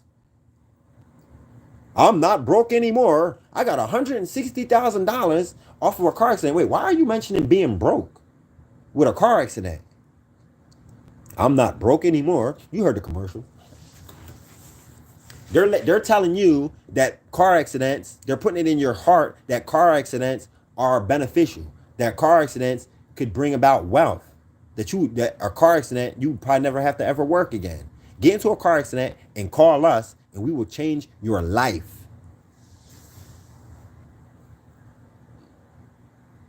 You see what I'm saying? They're making car accidents. I know you can't get around. Now, I don't. Last thing I want to do is be driving down the street, listening to YouTube, and another goddamn car accident commercial comes on. They know darn well that you look at a Miley Cyrus video on YouTube.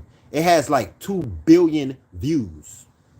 No exaggeration. So they know that we watching YouTube, bro. Or we watching YouTube all the time. And they got you listening to every time a commercial come on. Have you been in a car accident? They're trying to manifest your ass into a car accident. Get it on your mind. Why? Because the imagination. As long as they get you thinking about a car accident and feeling uneasy. I know you be feeling uneasy when you be driving because I do. So I know what you feel. I'm a part of. Man, we are a people. I know that sometime when you're driving and you see these cars coming at you, like 2-lane, you go this way and then other cars come this way. I know sometimes you be thinking about that car hitting you head on sometime. Why? Because they got that frequency out here. I don't want to change the subject, y'all. I'm just letting you know of some of the things that they're doing. It's terrible. This is hell on earth. We're living in hell on earth. Let me read some more Psalms right quick. I might read like 2 more Psalms and then get up out of here.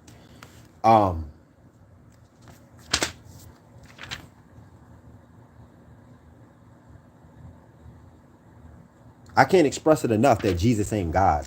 I don't know how many times. I don't know. I mean, Jesus is not God. I don't have to say it. I mean, you can read your Bible and see that Jesus ain't God. It's so clear. Hold on, y'all. I was glad for the.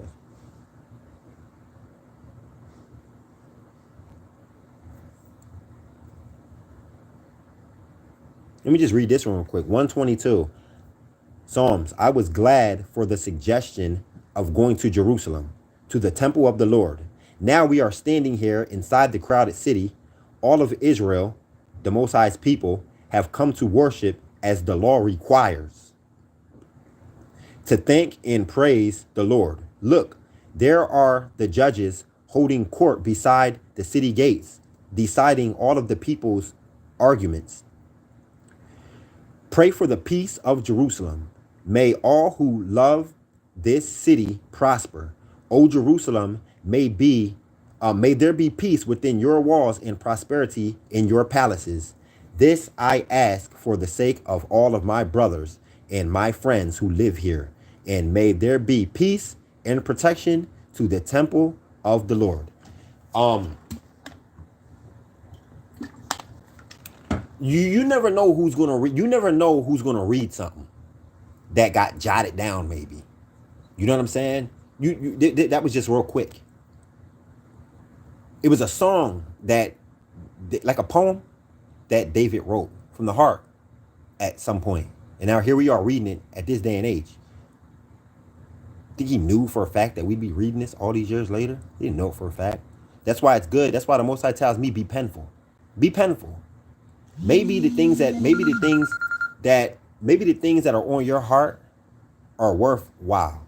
Maybe, just maybe, the things that you think of in the way that you feel is worth being written down and read later on. And maybe you should feel the same exact way. Hold on. We're going to read 125. Psalms. Those who trust in the Lord are steady as Mount Zion, unmoved by any circumstance. Just as the mountains surround and protect Jerusalem, so the Lord surrounds and protects his people. Man, listen, these people are trying to scare us into a goddamn shot. You hear me? They're trying to scare us into a lot of things, as a matter of fact. They're trying to threaten us. They're even creating I was thinking of like 10 years ago, a woman got it was staged. Back then I didn't know, but it was staged. There was a woman who got locked up for she went to jail because they said that her YouTube channel was inciting black people to go to war crimes against white folks. So they locked her up. And I seen the woman in court. Well, she was on like a commercial. She was the news. She was on the news, and she was begging and pleading. She was saying, "No, a lot of that stuff that I post is not my real views. A lot of that stuff I just posted." She was, I don't know. You might have saw it. She was saying that's not my real views, and I wasn't trying to incite anybody to do anything. I and I looked and I watched and I wondered, and I'll never forget it. But you know what it was? It was them trying to. They can't lock you up. They can't do that. You're allowed to have. You know what I'm saying? They're trying to discourage you. They're trying to discourage you. Just like how last year they had a commercial kept coming on YouTube. It was a commercial of a movie, but they're showing this one particular part in this movie. And it was a judge saying that if you don't send your child to school, you are going to jail, sir. And then she slammed the gavel down. And I'm like, they're really trying to. They know damn well that at a point in time like this, we are not bent on sending our children to goddamn school. And the only way you're gonna lock somebody up for not sending their children to school is if they sign their children up. If you sign them up, you just signed a treaty saying that you will take them, and if you don't, that you're going to suffer the consequences, like a fine or a ticket or even getting your children taken. You signed them up. There's an oath and a pact and a treaty that comes with signing them up. Nigga, stop signing them up. Ignorance. You're ignorant. Our people are destroyed for a lack of knowledge. You don't know. You can't sign somebody up and then go against the treaty. You don't sign the hell up. The hell with these devils. Did you vote this year? No. Did you sign up for anything? No. Then the hell with them monkeys. You hear me?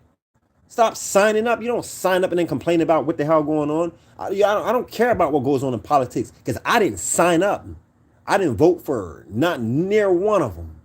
You hear me? You don't give me my options and then tell me who to vote for. If Gary Coleman ran for president, he would be the president hands down. You know why? Because Gary Coleman nobody knows who the hell no goddamn Bill Gates is. I mean, nobody knows Bill Clinton. Who the hell is Bill Clinton? He's just an old ass white guy. Nobody knows him. So who's going to get more votes? Bill Clinton, George Bush, or Gary Coleman? Gary Coleman. Who's going to get more votes? Nicki Minaj or Hillary Clinton? Nicki Minaj. So if you know that, then why don't Nicki Minaj run for president? Because she's not allowed. That's why. Because there's a script going on behind the curtain. There's a big script going on that. How come Denzel Washington don't? If anybody can just come up and go to be a president, right? Then why don't they do it? Because they give you your options. And black people talking about our ancestors died for us to be able to vote. You are retarded. You are retarded. I don't give a damn if they jumped in boiling water for us to be able to vote. I ain't doing it. I don't care if the Tuskegee experiment, our ancestors were poison testing out that stuff to make sure that it's good to go today. It's always our ancestors died for us to be able to do something freely. I don't give a damn about the ignorant choices that our ancestors, it was ignorant. And the ignorant choices of our ancestors is what got us in the crap that we're in today. They're so very manipulative. You'd be better off just walking away from all of it. Just as the mountains surround and protect Jerusalem, so the Lord surrounds and protects his people. For the wicked shall not rule the godly. lest the godly be forced to do wrong. The only way that you can't be forced to do wrong. The only thing they're going to try to do is, because the choice is yours. Everybody, the choice is yours. Okay? You need to stop signing your children up. That's what you need to do. Stop signing them up. And maybe, just maybe, your children won't sign their children up. And then we can finally have a people who are not so afraid and so dependent, so ignorantly thinking that we need them for anything. These monkeys can disappear right now. I just told a sister the other day, I said, we all know deep down inside what we really should be doing. And her response was, well, we're ignorant. But here's what I meant, though. Here's what I mean by we all know what we should be doing. It's the system that's holding us back from being who we truly are. It's the system. Once the system gets removed, or once the system either gets removed or we get removed from the system, then we have to get rid of what we learned while in the system. And that's the same thing that happened with our people. We left back Egypt. There's a lot of us who didn't even go. They died. They rather stay in Egypt. They died. They didn't even come out. They died, right? This is the purge. This is the purge that I'm speaking of. Then we came out into the wilderness, and we wound up doing what we learned while in Egypt. We started doing it and practicing it. There was another purge. See, it ain't just one big purge that happens over time. And then the Most High said, I'm going to pay you back. Even the ones who are still alive right now, I'm going to pay you back. And so we went a little further, climbing the ladder of success of getting a freak out of there, systematic slavery. And the Most High said, no, it's coming. It's even coming for those who are here. I'm still going to get you. So that means that there was some more purging that happened. And was there? Yeah, there was. Didn't we go into that land where the Most High said to go into and to not befriend these people and none of that? We went in there, we went to war with them, and we got our butts whooped, didn't we? What happened? Because we were disobedient. Somebody brought some spoil out of Egypt we weren't supposed to. So the Most High works in the most mysterious ways. He purges. He purges the evil from among you. He purges the evil from among you. Okay? It doesn't just happen overnight. There's a lot of evil people among us who are claiming to be gods and goddesses and this and that. There's a lot of people among us, bro, who are claiming to be our friends and have our best interests at heart. There's a lot of people who got the fringes on. They so quick to say shalom to you. I'm telling you, there's a lot of evil still around us. But the wicked shall not rule the godly, lest the godly be forced to do wrong. All right? Are you so afraid of these devils kicking you out of your job that you're going to go and say that my livelihood depends on me to shoot this crap in my body? Are you that damn weak? Huh? Oh, Lord, do good. Are you so scared? Do you really believe in a food shortage? Our people are going to be so ignorant that they are going to die on a patch of herbs. Do you hear me? They're going to die from starvation on a patch of herbs. Do you hear me? This is the truth. This is how deep ignorance is going to go. Where I just saw, oh man, I got to make the video. I'm going to make the video. I have a picture. There's a girl who refers to herself as a divine empress and a goddess. She just got attacked by her cat. She's my friend on Facebook. Her cat, her house cat, just scratched her face all the way up. She's bleeding bad. And I'm thinking to myself, no, well, if you read the caption, she says, do y'all have any suggestions? My cat just turned on me today and clawed me. Tore me up. This is what it did to me. I don't want to kick my cat out. I want to keep my cat. Do y'all have any suggestions? Man, do you know, I read that and said, now what kind of goddess, what kind of divine empress, what kind of god are you where your cat is turning and scratching you down and you don't know what to do? You're on the internet asking, what kind of god are you? What kind of God are you? What kind of God are you that you're suffering in your own home by this animal? I'm going to show y'all because I have the proof. You hear me? What kind of God are you where you are so dependent on the grocery store? The Most High is going to do away with these false gods. And so when you see all of these people around you getting cut down. That is a God who was eliminated, because we are a people who exalt ourselves as gods in our own rights. And I know it makes you sad to see it happen, but you should rejoice at some. You're going to see, man, the purging is already here. The purging is already here. It's still going on. And more people are growing, and more children are watching their parents talk this God crap. Man, listen, I'm telling you, these girls, prom is being shot up. Man, listen, I don't even want to get into it. What does prom stand for? Everybody keeps prom every year. It's a custom for black people. We go all out for prom. What the hell is prom? It ain't nothing good. Prom. What is it, a promise? What does it mean? Is it promiscuity? Promiscuity. Because these little girls on their sweet 16th are running around here with their butts out, with makeup all over their face, looking like a damn witch. For real, a witch. Yeah. She don't look like a modest woman. She don't go to prom looking modest. She goes to prom with her butt cheeks hanging out, with a see-through dress on. Prom means promiscuity. Because the spirits told me promiscuity a few weeks ago. And now these little girls are getting blown away.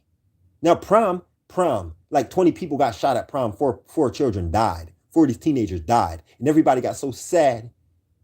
The Most High said, he promised us. He said, you will lie dead amongst your idols. Did he say it? Did he say it? He said, you will lie dead amongst your idols. We idolize prom. We idolize promiscuity and butt nakedness, even on a little 16-year-old girl.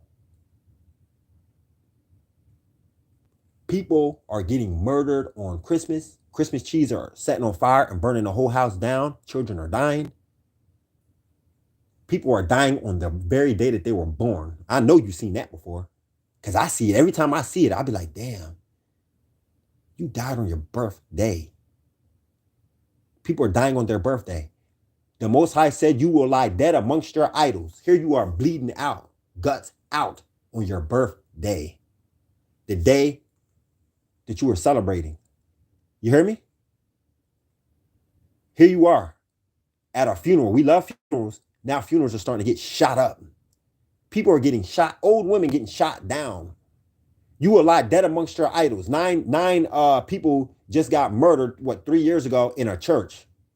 You will lie dead amongst your idols. Martin Luther King's mom got blasted in church. I think they shot her in the face. They assassinated Martin Luther King's mom in church. You will lie dead amongst your idols. You hear me?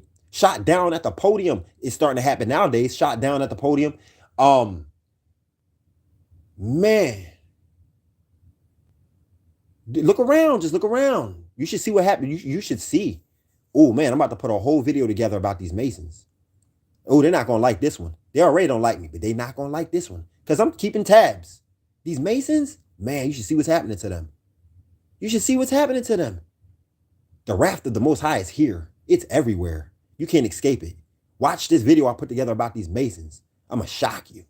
They ain't going to like this one. I'm going to show you that everybody pays when the Most High is fed up.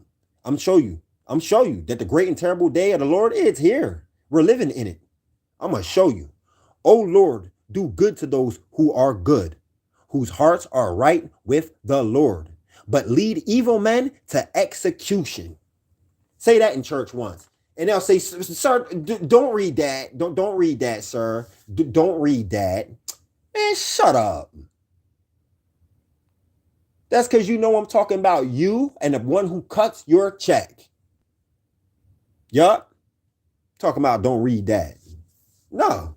I'm talking this, yeah, because you know this applies to your favorite uncle, don't it? Uh-huh. This applies to your favorite cousin too, don't it? Mm-hmm. Yeah. But lead evil men to execution, and let Israel have quietness, and let them have peace.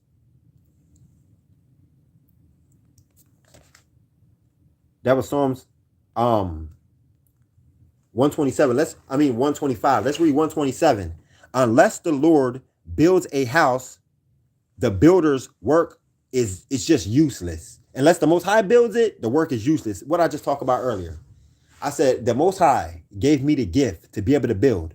What do I look like using that gift to go and build a synagogue of Satan? What do I even look like? Didn't we just talk about that? What do I, this morning, I say the Most High gives us, because what was we reading? Where the Most High, let me see if I still got it. Where the most,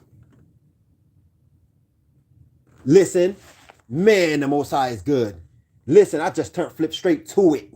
This is Exodus chapter 36. You see how quick I flipped to it? 1 second. All of the other craftsmen with God-given abilities are to assist Bezalel, I can't pronounce that, in constructing and furnishing the tabernacle. There it is. All of the other craftsmen with God's given abilities are to assist in building the Most High's tabernacle. Listen, Moses told the Most High, who has specifically appointed Bezalel, the son of Uri and the grandson of Hur, of the tribe of Judah, as the general superintendent of the project. He will be able to create beautiful workmanship of gold, silver, and bronze. He will be able to cut stones like a jeweler and to do beautiful carvings. In fact, he has every needed skill. And God has made him, see, there it is right there. The Most High has given him wisdom and skills of carpentry, and he can make jewelry and all of these things as a gift from the Most High God. We just read that this morning, didn't we? Unless the Lord builds a house, the builder's work is useless. What does that mean? You think these banks are going to be standing around when the wrath of the Most High ramping up the way that it is? These are all synagogues of Satan, city council, and they'll say that, listen, I ain't threatening to do nothing. See, that's what they try to do. They try to say, no, brother, you're threatening. They'll say, man, you're threatening to do this and do that. No, I'm not. I'm telling you that if the Most High is not happy with McDonald's, there will be no McDonald's. I'm telling you that eventually, whatever the Most High is not happy with will be destroyed. That's what I'm telling you. I'm telling you that if there's anything that Moses prayed out to the Most High about and said that this is afflicting your people, I'm telling you that it will not be that much longer. That's what I'm telling you. And I ain't saying that I'm anybody, but I'm telling you that anybody who knows better and wants better for their people could look at McDonald's and say, this is the last thing that our people need. And if you think that it's going to stand forever, you must be crazy. That's what I'm telling you. Unless the Lord builds a house, the builder's work was useless. Unless the Lord protects a city, sentries do no good. It does not matter. It does not matter how strong you try to build it. It does not matter about the iron structure that you have behind that paint. It does not matter. It is senseless for you to work so hard from early morning to late night. Come on. And this goes to you can't. You just don't even, come on. Right now, they're trying to build a one world government, a one world religion, and a one world way of doing things. And they're going hard to do it. It's going to fail. These demons are even getting paranoid. I know for a fact that even demons are getting paranoid. I'm starting to see them more than I would see them. They're just starting to show up. They're scared. They really are scared. We're living in them days, y'all. I'm telling you now, we're living in them days. It is senseless for you to work so hard from early morning to late at night, fearing that you will starve to death. For God wants his loved ones to get their proper rest. He will see to it that you don't starve to death. The Most High already said in Proverbs chapter 10, verse 3, if I ain't mistaken, that he will not let a righteous man starve to death. Ain't that what he said? Children are a gift from the Most High God. They are his reward. Children born to a young man are like sharp arrows to defend him. Children born to a young man are like sharp arrows that are sent to defend him. That's if you raise your children in truth. Listen, I know this for a fact. I ain't gonna put my personal business on here, but I'm telling you for a fact that is true. You hear me? Your children will even go to spiritual warfare for you and wake up with a story to tell. Listen, I'm telling you the truth. Don't nobody just be talking to make nothing sound good. Happy is the man who has quiver full of them. That man shall have the help that he needs when arguing with his enemies. Wisdom. See, these are the things that these Christian devils don't want you to even know about, they even want for, or even think about. They don't even want you to even think about these kind of things. All praise and glory to the Most High. You hear how glorious the Most High is? You hear the kind of things that he does for us? You see how he loves us? You see the gifts that he gives us?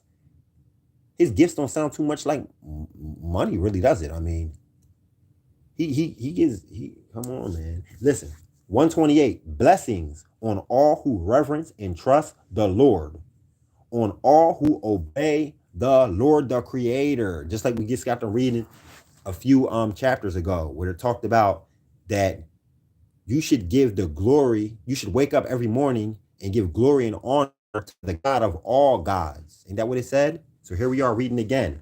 Blessings are on those who reverence and trust the Lord, all who obey him. Their reward shall be prosperity and happiness. Your wife shall be contented in your home. She shall be content in your home. And look at those children. There they sit around the dinner table as vigorous and healthy as young olive trees. That is God's reward to those who reverence and trust him. That's enough to make a person happy. It said that your wife shall be content in your household. It didn't say in your landlord's house, did it? It didn't say in a house that was built by strangers that you're renting, slaving to stay in, did it? It said that if you reverence the Lord, these blessings will be upon you. You will have your home and your wife will be happy and content in your home. She didn't build it. You built it. Some cracker didn't build it. You built it. Some Mexican workers didn't build it. And now you're paying all this damn money to live in it. Do you know how much money you pay annually to live inside of a home? It's crazy. It doesn't even make sense. Y'all need to be able to read the way I'm reading this. Don't just read the words, get the feel of it all. It's saying that your wife will be content in your home. Just because you're occupying it don't make it yours. The hell's wrong with you? You hear me? Their reward shall be prosperity and happiness. Your children. Your reward will be prosperity and happiness. Your children will be sitting at the table that you created, sitting on the chairs that you created, happy and having fun, eating at the table inside of the house that you built. And your wife will be happy and content in this place. This will put a smile on your face. And I'm telling you that your wife will be happy and your children will be happy and your children will grow up happy at the same things that you were happy at. You hear me? They're not going to be trying to be no damn rapper. They're not going to be trying to be none of this mess, man. They're going to be content with these things. The ability to be able to go out, ability to be able to walk up on a spot and say, here it is, right here. This is a good spot. And then not have to go to a store. No, go into the woods, because ain't going to be no cracker talking about, oh, I own this. You're going to jail. You want wood, you got to come to me to buy it. You want water, you're collecting rain? Oh, dangerous mosquitoes, danger, mosquito, danger. You can't collect rain, you go to jail. Go to jail, take it. I'm not trying to make fun of it all, but that's terrible. We just accept that. Why do we have to accept that? Because the blessings of the Most High are not on us. Why? Because we don't reverence the Most High. We reverence Jesus and money and prosperity, the illusion of happiness, the illusion of prospering. We don't know what prospering is. We have an illusion of prospering. The whole definition of prosperity in our hearts and minds is a damn lie. We do not know what it means to prosper. You want me to tell you what prospering is? You want to give you I'll give you the illusion of prospering. When you teach a horse that if it jumps over this big ass hurdle, risking life and limb, that you're going to reward him with a little tablet of sugar. And now you've been doing this for so long, raised him in doing that, groomed him in doing this for so long, that now he honestly thinks that he's prospering and acquiring something that he really truly does want when he does this shit.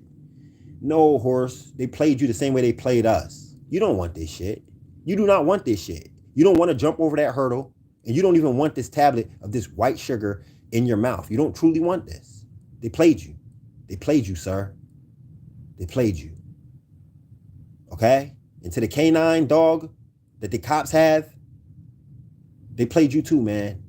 They played all of us. They got you rolling over and sicking you on people for a damn doggy treat. You don't know what a doggy treat is. That shit don't exist in nature, man. They playing you the way they're playing us.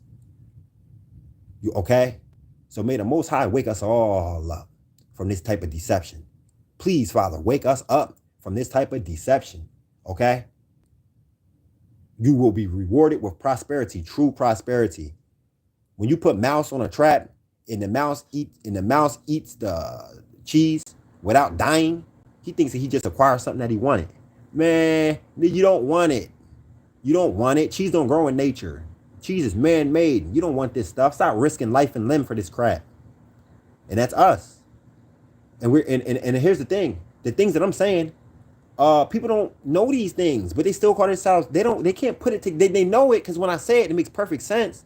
So you know it, but it doesn't come to surface until it's mentioned. So what kind of divine empress are you? What kind of God are you? What kind of king are you? These are simple things. These are simple things. I must be a fool for speaking about the horse, huh? I didn't have to ponder forever to come up with that analogy because it's real. And it's really happening in real life. I must be a fool for even mentioning it, huh? Anyway, let's continue. That is the Most High God's reward to those who trust and reverence him. I'm content with that. I'm cool with that. I'm cool with that. So I can build my own home. Be the man of my family. I could be a man in this world. You know what I'm saying? I could train my children to be strong too. They could be right there with me. Here, this is how you build the crib. This is how you lay the foundation. We're going to do the same thing with our temple. We're going to have a little tabernacle out in the yard. And you know what I mean? And this is how you build it. Same thing. We want the temple to be a little bit more stronger. So we're going to use different materials. But this is what we do. You know? That's good. That's good. That's good. But the workers, the people who are employed to create this TV show called P-Valley, they think they're living good. They think they're prospering. Man, boy, oh boy, do they got it coming. May the Lord continually bless you with heaven's blessings as well as with human joys. You don't go to school and acquire wisdom. You go to school and get so-called smart and indoctrinated. You go to school to be groomed like that horse. You go to school to learn that sugar good. Sugar good. Tablet, you're big as hell. But we got you doing all this for one tiny little taste of sugar. We got bags and bags and tons of this crap, but we are going to give you. You see, we're going to reward you with this tiny little crumb of sugar, man, for jumping through a ring of fire. Here, get your tab of sugar. Here, jump through another ring of fire. Get a tab of sugar. That's animal cruelty. And shame on us for even being able to see it that way. Oh, you like dogs that do tricks? Do you understand the animal cruelty that a dog must go through in order to be doing all of these flips and jump through these hoops? You think that dog never got burnt jumping through a ring of fire? Jumping through a ring of fire, you think he never got burnt? He just a pro from the rip, huh? No, they give him doggy tricks and they got him risking life and limb for these shits to amuse devils. The same way they got us knocking each other out cold to amuse devils. You know how many boxers died in the ring? You know how many? I'm serious. Do you know how many boxers die in the ring and get brain damages and stuff like that? Hearing going out in one ear and stuff like that. But for the money, See, for a little taste of the illusion of prosperity, we risk life and limb. How dare us ever wake up? How dare we ever wake up? Shame on them damn devils. Shame on them. You hear me? Shame on them. And they can take their gods and go to hell with them. They gave us a way of life. They gave us a way of thinking. They groomed us in a idea of prosperity and even gave us a God to go with it. And I'm saying you can take all that shit back. May you live to enjoy your grandchildren, and may God bless Israel.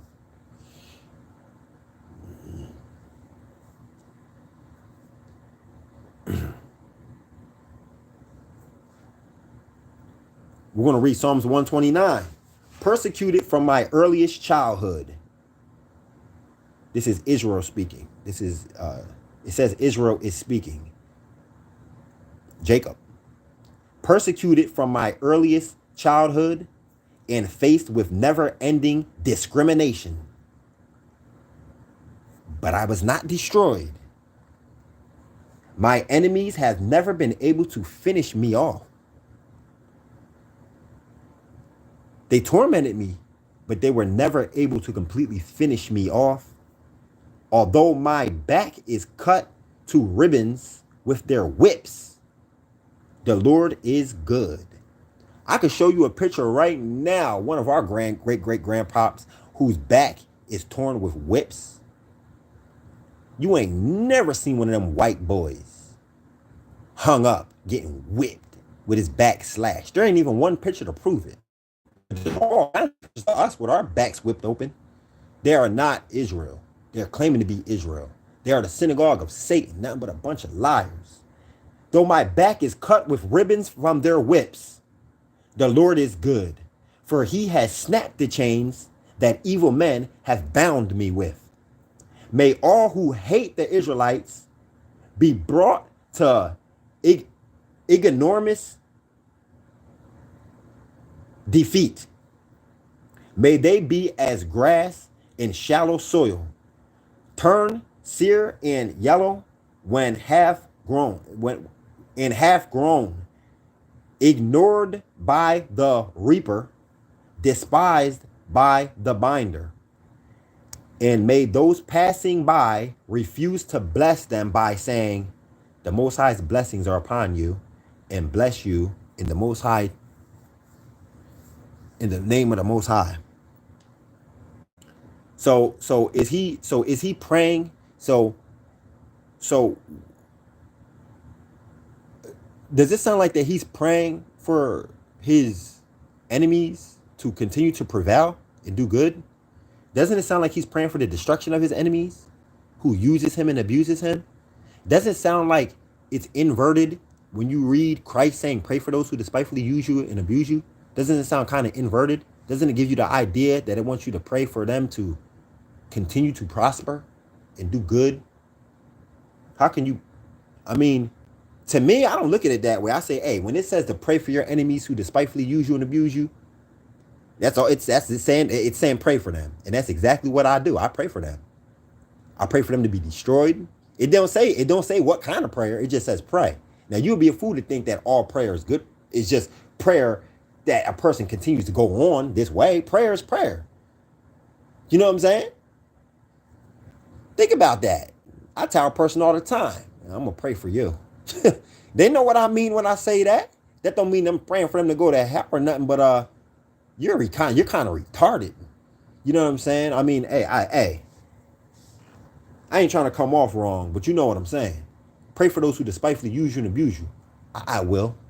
Because I'm not going to take matters into my own hands, so you know I'm going to. Pray for those who despitefully use me and abuse me. That goes without saying. That's all we can do, and as a matter of fact. Right? And there's a lot of people who talk trash on God because they don't understand that. They're like, what kind of God would tell us to pray for them who did that to us? Dude, it didn't mention the kind of prayer. Common sense would tell you the kind of prayer. There's different kinds, fool. There's different kinds. Relax, calm down, take a breath. That's all you can do is pray for those who despitefully use you and abuse you. Calm down. Oh Lord. Oh, this is 130. Psalms. O Lord, from the depths of despair, I cry for help. Hear me, answer me, help me. Lord, if you keep in mind our sins, then who can ever get any answer to his prayers? But you forgive and that's why these devils try to keep us sinning. See, now you see where we're going here with this prayer thing? Prayer liberates us. The Most High said, pray without what? Ceasing. Pray without ceasing. So he's saying, Father, if you keep thinking about the iniquity that we did, then how are you going to hear our prayers and liberate us? That's why I'm saying these devils would like to keep us in perpetual sin. And when I say perpetual sin, I mean literally. They want you sinning. They want you always sinning. They want your children every single day making a vow and an oath to the principles that this satanic system operates under. You see what I'm saying? If you had been living back in the time when they were creating the Tower of Babel, and you sent your children to one of them schools in this society, and your child was making an oath every single day, just know that the oath impact that he was saying, what he was agreeing to the terms of and the policies of that system, of that satanic, you know what, you get what I'm trying to say. That's why they're trying to keep us in perpetual wickedness, man. They want the Most High wrath to always be against us. We celebrate Thanksgiving, we celebrate Christmas, and it's all back to back. We celebrate New Year's, and then wait. Thanksgiving is in what? November. Christmas is in what? December. New Year's, so-called New Year's, because no the hell it ain't. New Year's is in what? January. Valentine's Day is in what? February. Right? And then we can keep on going. They got to celebrate April Fool's Day, but then it's something right before then. It's something. You see what I'm saying? It's back to back to back perpetually, and every single day, making these oaths and treaties. You see what I'm saying? Every single day, they want us completely submerged in wickedness, so that our Most High is hot at us, and He's hot at us.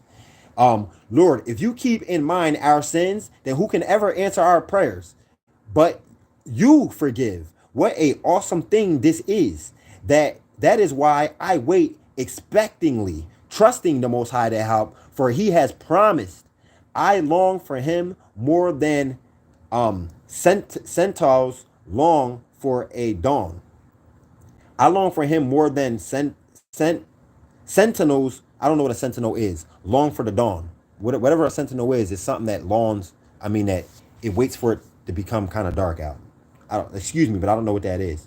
O Israel, hope in the Lord, for he is loving and kind, and he comes to us with armloads of salvation, like handfuls of salvation. He himself shall ransom Israel from her slavery to sin.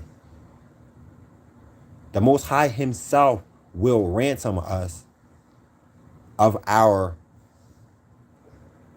it says our ransom of our slavery to sin. Okay? Our slavery to sin. We are in slavery, and we live, and here there is a culture of sin. It is a culture of sin. We learn it. It's just a culture of sin. It's a culture of oppressing the next man to make your ends meet. And since everybody's doing it, whoever is making their ends meet the most, or think that they're making their ends meet the most, they have a saying to say, I'm winning. I'm winning.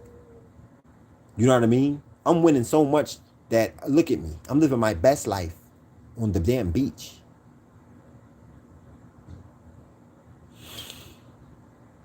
We are in slavery, yo, where the culture here is sin. The culture is sin. We never even put two and two together. Every little boy must play ball, some kind of sport. He must play ball. Every boy must play basketball, football. He must be introduced to it. And when he's not physically playing it, then he must be playing it on Xbox or PlayStation. Ball. That's B-A-L-L. But when you look at ball in the Bible, it's B-A-A-L. How come nobody can put two and two together? How come nobody can put two and two together? To go see a ball game, They do it. It's like in a coliseum. It's so huge. It's so huge. 70,000 people at a one simple football game, and nobody can put two and two together. If you turn your back on ball, the Most High will be glad. I don't watch football. I don't care about basketball, hockey, none of it. The Most High will be like, good for you, because my people. Do you hear me? Now, how come nobody can put two and two together? Ball.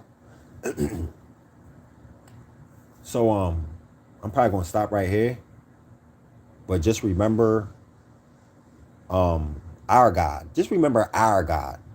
And you don't have to be scared of these devils. They're not gonna like it's good. It's good. If they would like what I'm saying here saying, that's not good. If they would like me and promote me, that's not good. If they would not shadow ban me, that's not good. It's good that they shadow ban me. It's good that they fact check me. It's good that I'm always in Facebook jail. It's good. It's good. It's good that they don't like us hearing the truth or knowing the truth. It's good that even our own people come out talking about, you already know the kind of crap they say, man. Yeah, listen, it's good. All it means that we're on the right path. That's all that it means. All right. So just remember our God. That's why I do these kind of things, man. Psalms 136, it caught my eye. Oh, give thanks to the Lord, for he is good. His loving kindness continues forever. Give thanks to the God of gods. Now, how many times are we going to read this? How many times? It keeps saying the same thing over and over, right? Listen, give thanks to the Lord, for he is good. His loving kindness continues forever. Give thanks to the God of gods,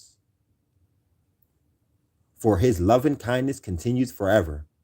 Give thanks to the Lord of lords, for his loving kindness continues forever. Praise him who alone does mighty miracles, for his loving kindness continues forever. Praise him who has made the heavens, because his loving kindness continues forever. Praise him who planted the water within the earth, for his loving kindness continues forever. Praise him who made the heavenly lights, for his loving kindness continues forever. The sun to rule the day, for his loving kindness continues forever. And the moon and the stars at night, for his loving kindness continues forever. Praise the God who smote and killed the firstborn of Egypt, for his love and kindness continues forever. Wait a minute. Praise him for killing the firstborn of the Egyptians because his love and kindness continues forever. Yeah. But that's babies even. Yeah. Uh-huh. Yeah. That God is not dead. You don't like it? Deal with it. Deal with him, because you're going to have to regardless. You're going to have to face him. He don't play with you and your little retarded opinions.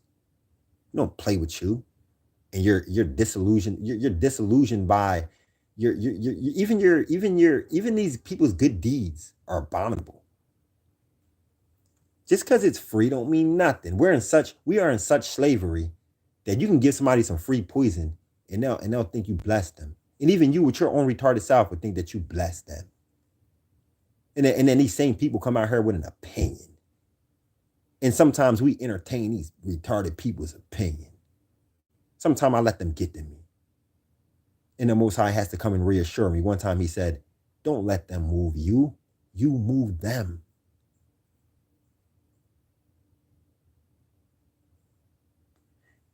He brought them out with a mighty power and uprising fist.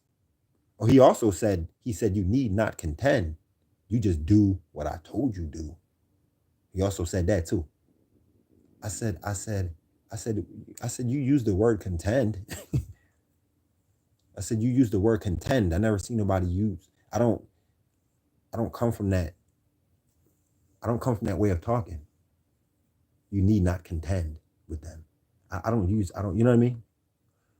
So it shocked me. Anyway, praise the God who smote the firstborn of Egypt, for his loving kindness to Israel continues forever.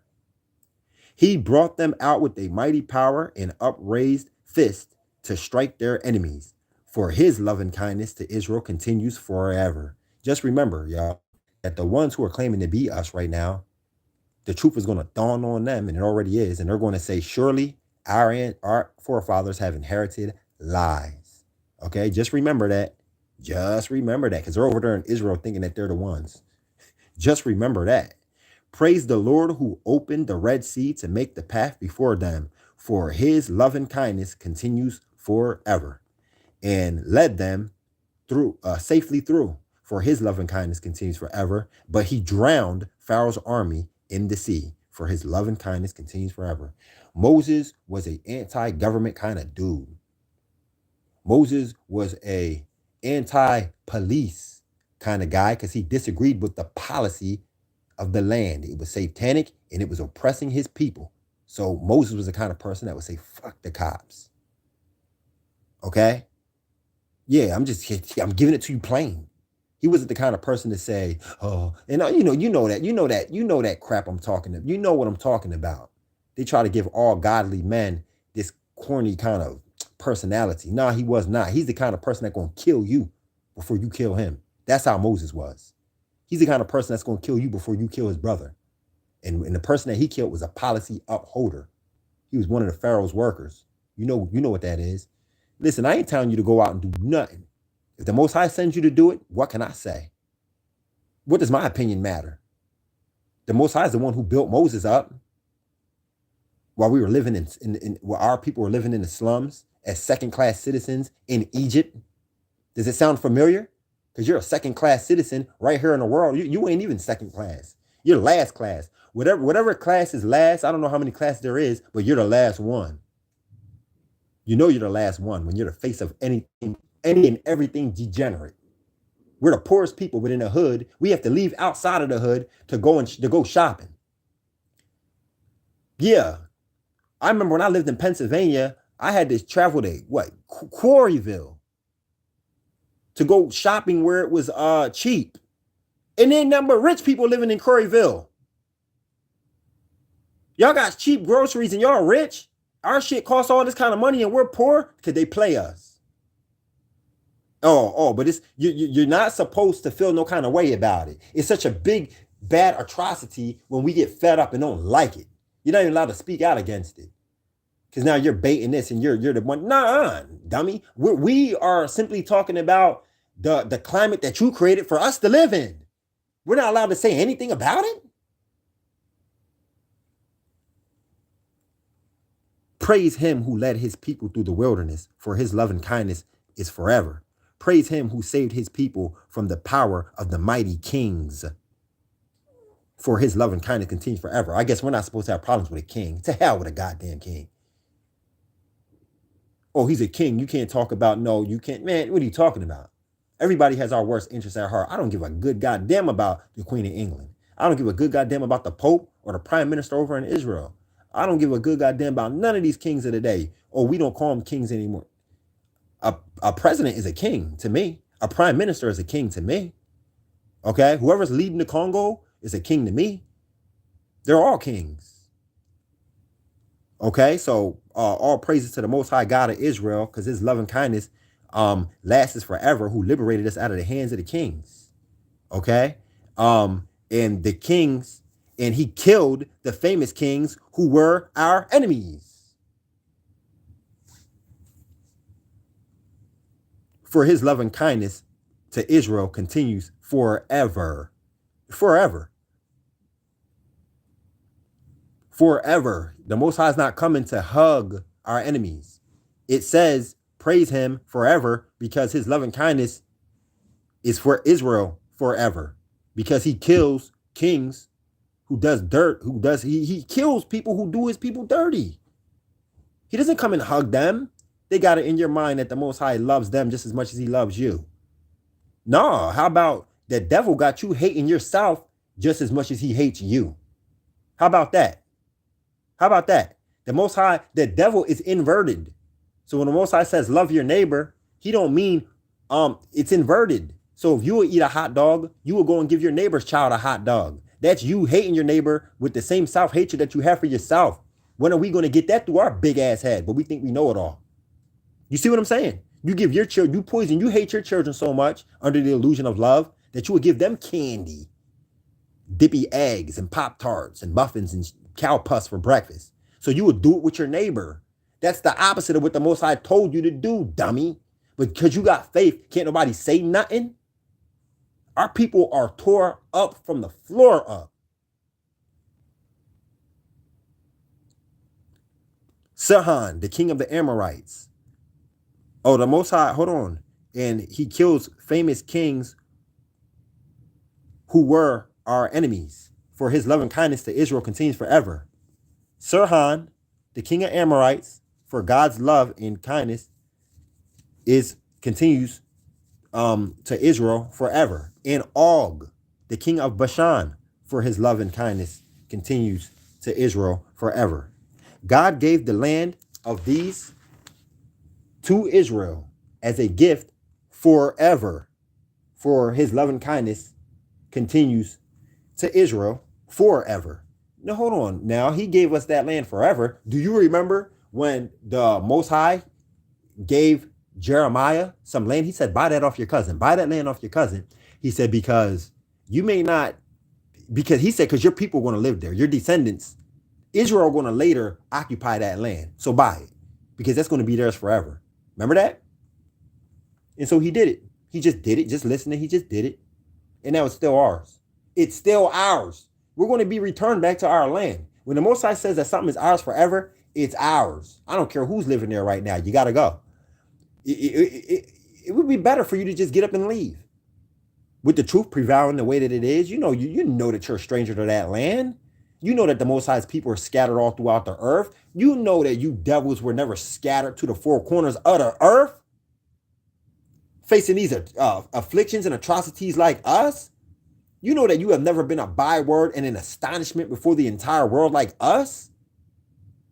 Why don't you just get up and get out? Do yourself a favor and get up and get out before the birds start pecking at you. Why don't you just leave? Why don't you just go?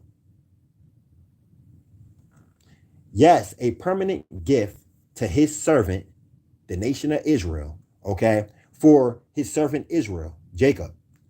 For his loving kindness continues forever. He remembered our utter weakness, and his loving kindness continues forever. You saved us from our enemies, for your loving kindness continues forever, and he gives food to every living thing, for his loving kindness continues forever. Then you know he must be loving and kind to the very people who hate the Most High. They drink water every day. For the very people who hate the Most High's people and teach an inverted doctrine that goes completely opposite of the Most High's law, statutes, and commandments, they still eat, drink every day. So you hear me? So you know the Most High's love and kindness continues forever. Oh, give thanks to the God of heaven, for his love and kindness continues forever. All right? He is a lover. He is a nurturer. He is a killer. He brings life. He brings death.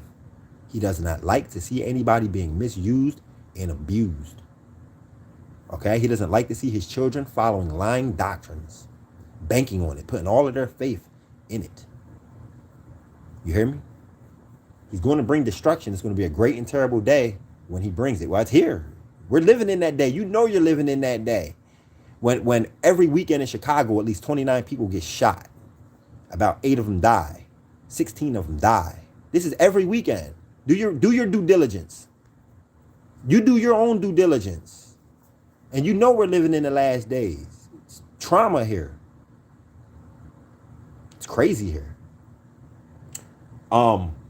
Wow, I cannot leave off without reading this last one. We are at 137. It's my favorite Psalms right here. I got to read it. Weeping, we sat next to the rivers of Babylon. We were thinking about Jerusalem. This is when they were carried off as captives, as slaves to Babylon, right?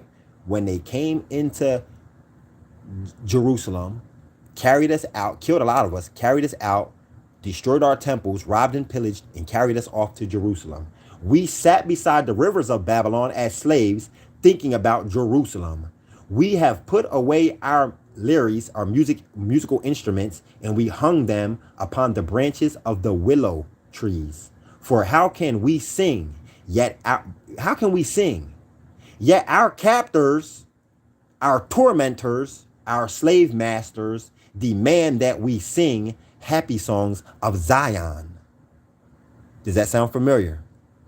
Because when we were enslaved, our captors, our slave masters they said, let us have instruments so that we could sing Negro spirituals. We used to sing old Negro spirituals, a change gonna come.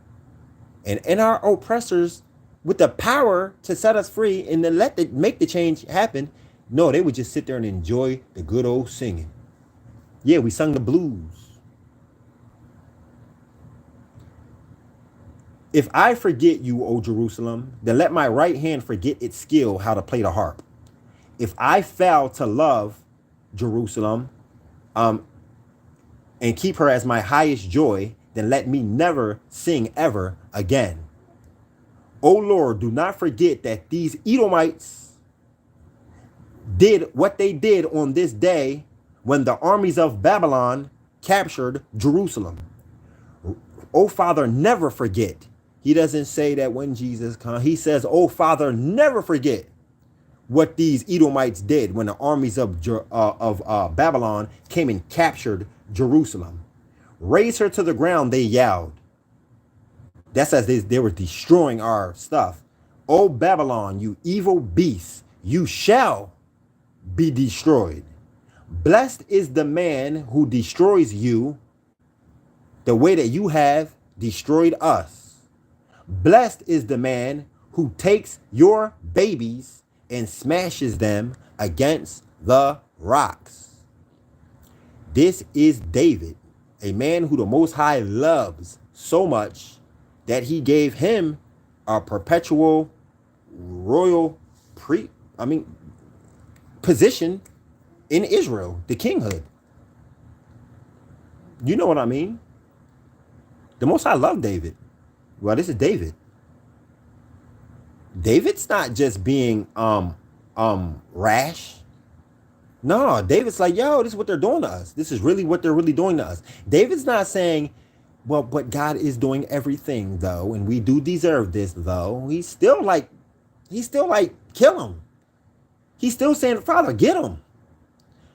The Most High says that I'm doing everything. He does. But he also says that I'm going to repay your enemies. He said, because although I did send them to do what they did, he said they take glory in what they do, and he said, and they count me out. He said they completely count me out. He said they say that they are so powerful that they did these things. He said they give all credit to themselves and they leave me completely out. He said, so in return, I'm going to destroy them. Okay, so remember that.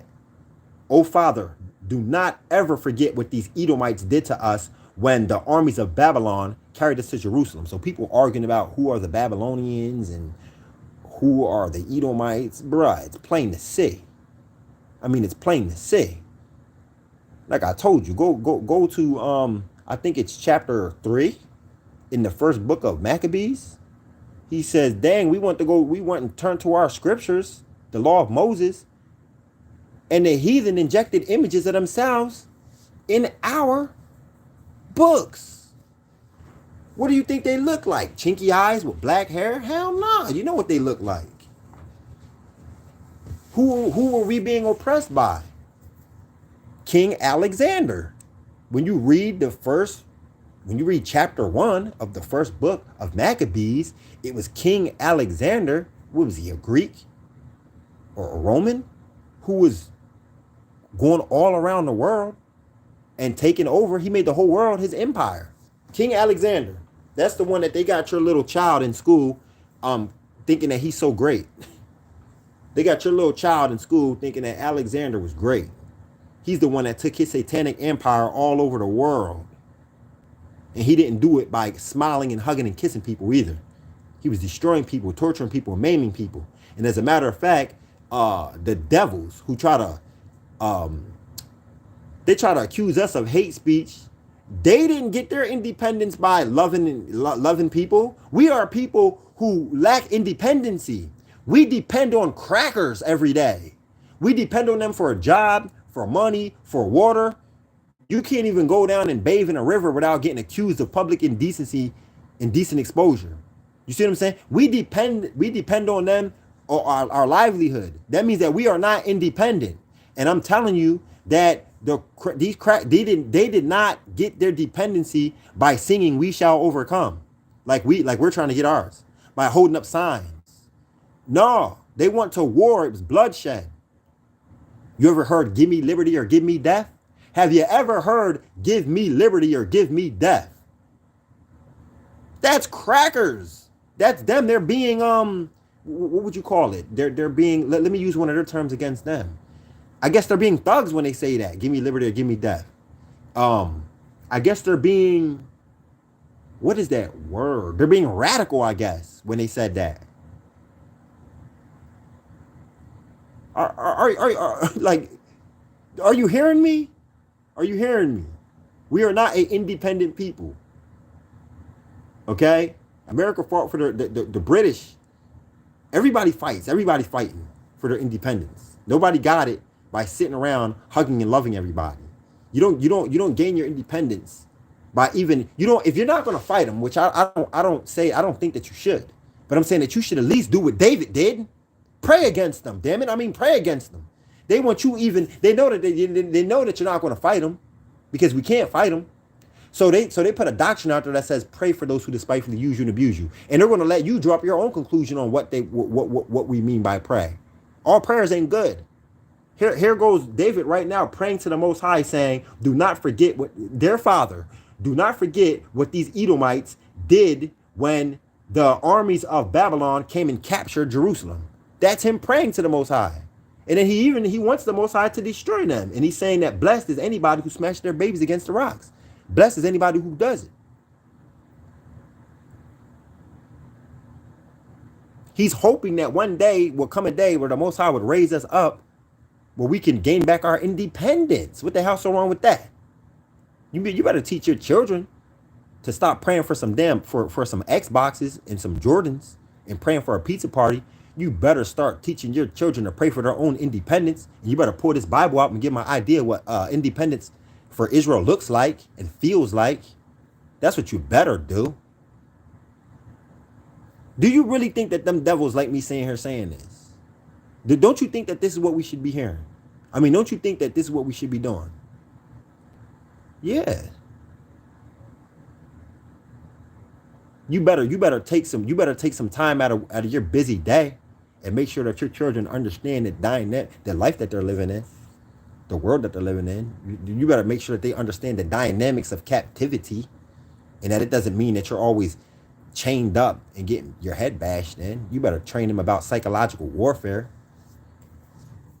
You see what I'm saying? That's what you better train them. You better train them that the whole Jesus doctrine is psychological warfare. The whole church, the whole Christianity itself is psychological warfare. The whole thing. And every single church, they're all most of those churches, the industry of church is synagogue of Satan. Just like schools, just like banks, just like your job, just like Domino's Pizza, Pizza Hut. These are synagogues of Satan. All of them. You hear me? NBA, WNBA, NFL, synagogues of Satan. All of them. Even the county park, synagogue of Satan. Restaurants, synagogues of Satan. That every single Chinese store you ever went into, as far as you're concerned, it's a synagogue of Satan. Do I care who likes what I'm saying? Hell no, I don't care what I'm saying. We wouldn't be going in there, and you know we wouldn't be going in there. We definitely wouldn't be eating in there. But we've been had, bro. And now you're 30 years old, and you got gray hairs popping up all around your head. You're only in your 30s, and you got gray hairs popping up all over your head. You're in your 20s and you got gray hairs popping up around your head. Because we've been through a lot. And we accept it as a way of living. You can actually Tell yourself that you're going to have a great day today. And you can actually have a great day today. Because if that's what you see as having a great day today, then you're having a great day today.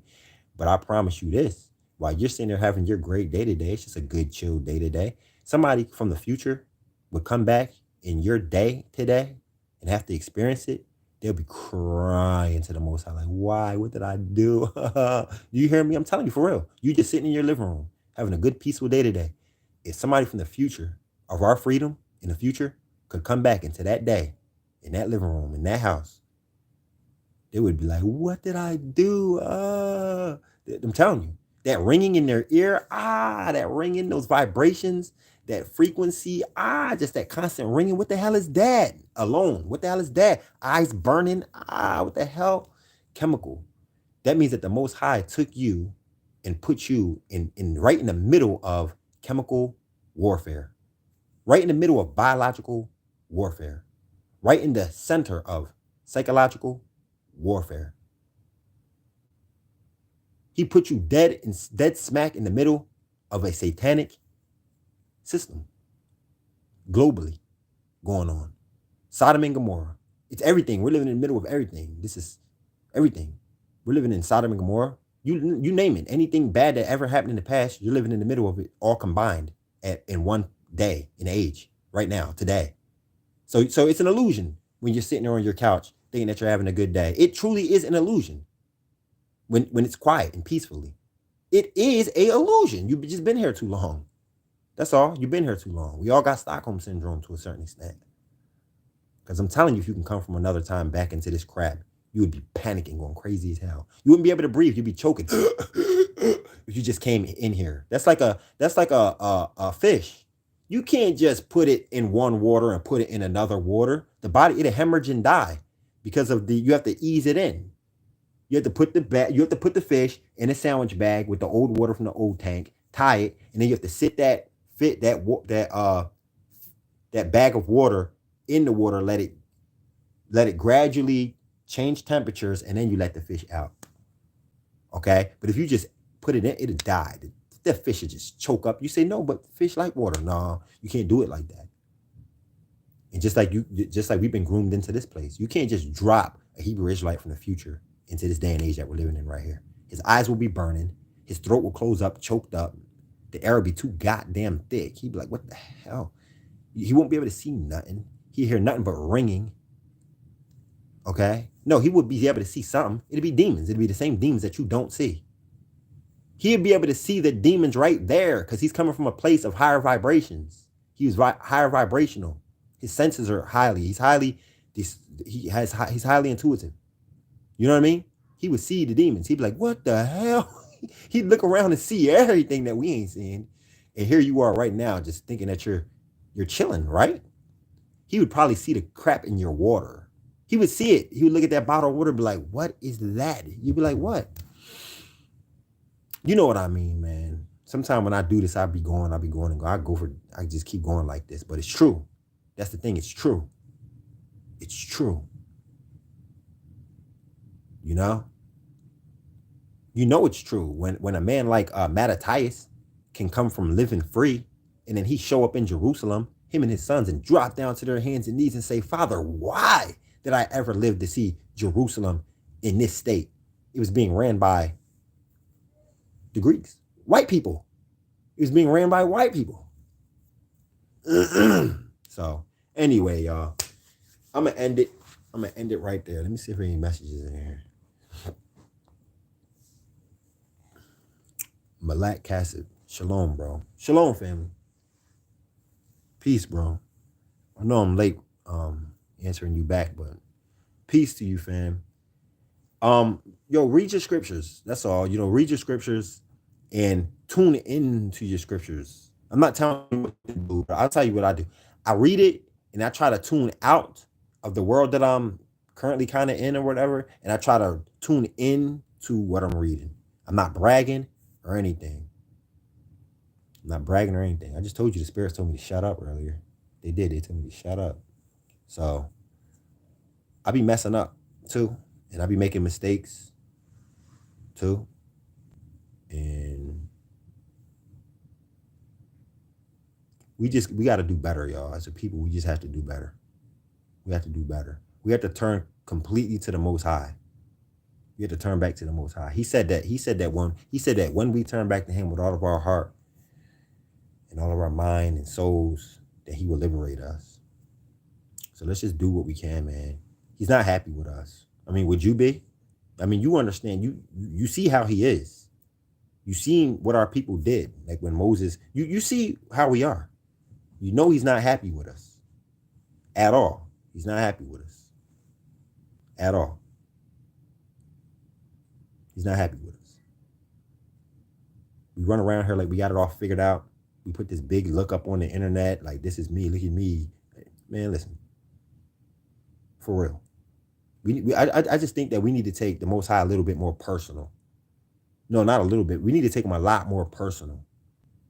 I see cornballs making excuses as to why it's okay for us to Hebrew Israelites running their mouth every day. You can't go on there without seeing a post from this dude. And then got the nerve to come on there after getting all these people's attention.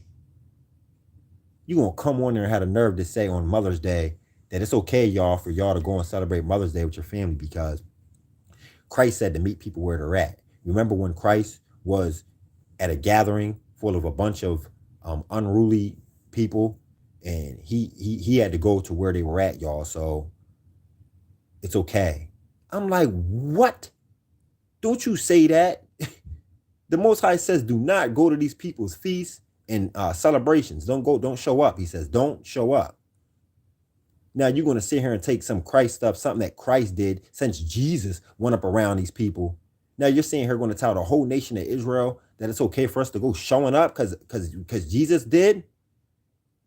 There we go. There we go. You know what I mean? Like, don't you do that, man. Clown. You just wanted, come on, clown. He just wanted to be there, see, because his sisters and brothers, everybody was there. He just wanted to be there at Mother's Day. He didn't want no backlash from his people. We're living in a time of separation, man. We're living in a time of separation. That's the days that we're living in. If you ain't keeping the truth, I'm getting away from you. The Most High didn't, Christ did not come to bring people together. He said, I came to separate the household.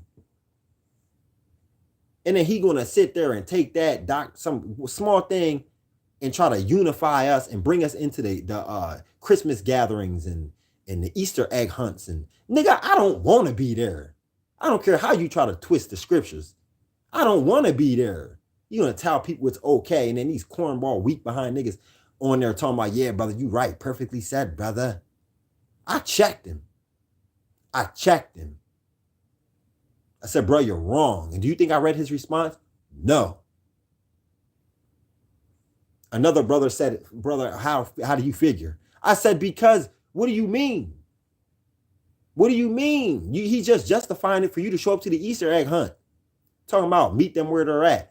Bruh, unless you're there rebuking them and then leave, you shouldn't be there. And that's what I said to him. I said, the only way I'm going to agree with this is if you show up, rebuke every single body, and then leave. That's the only way I'm agreeing with this. Because how could you sit around? Dude, you did a lot of smiling. Stop acting like you didn't. You did a whole lot of smiling. You enjoyed yourself. Now stop lying, you cornball. These people are fake, bro. That's what I'm saying. You gotta watch it, man. Most of these people are fake. You can see it. Just watch. If you just watch closely, they're going to say something. And they're fake. They're fake. And they take the Most High like a joke. Yeah, listen. You should always be ready to redeem redeem yourself, man. To come to the Most High like, listen, I'm sorry. Because we be messing up. I'm not saying that we're perfect. I'm not saying that dude is perfect. But I'm saying that when I tried to correct him, he didn't want to hear it. That's what I am telling you. When I tried to correct him, he justified it. So needless to say, he'll be there on Thanksgiving. He'll be there on Halloween. He will be there on Christmas. Because he's justifying it, talking about meet them where they're at. Man, give me a break. All I'm saying is, in this day and age, y'all, you should be pouring out libations to the Most High. You should be burning incense to the Most High. You should be doing what you can do, because we do live, because we do live in a society that it kind of calls you to sin. It kind of causes you, it's sinful, man. Come on. These women walking around half naked, and then you're gonna groom me. You groomed me all my life to like big butts and stuff. And now here I am. I gotta shake that off. Like I gotta try to shake it. You know what I mean? And then they put it right in front of you to try to draw you back in. It's like everywhere you look, you try to go to the store, somebody's wishing you a Merry Christmas. And you don't want to be rude, but you damn sure ain't saying it back.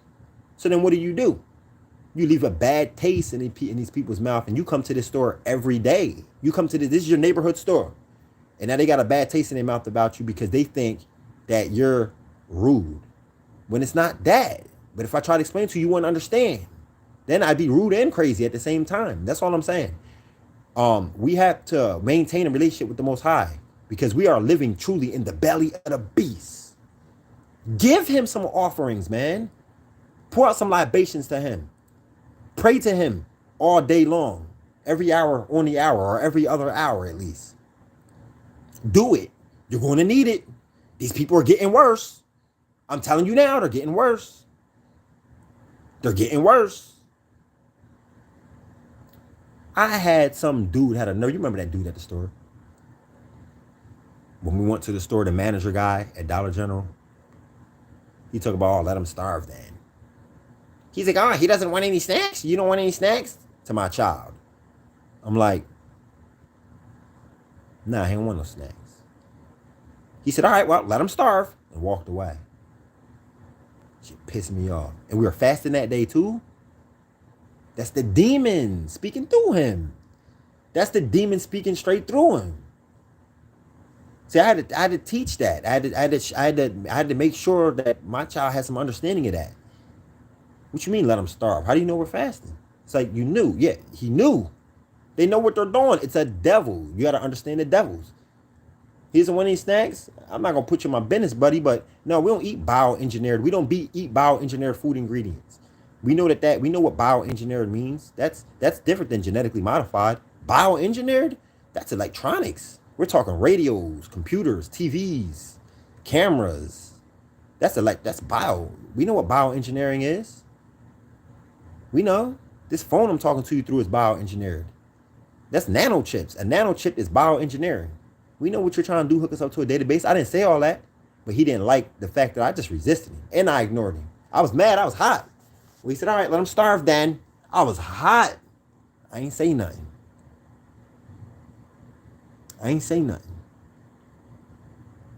But I told this black woman like 2-3 days later, no, a few days later, and she said, oh, he don't work here no more anyway.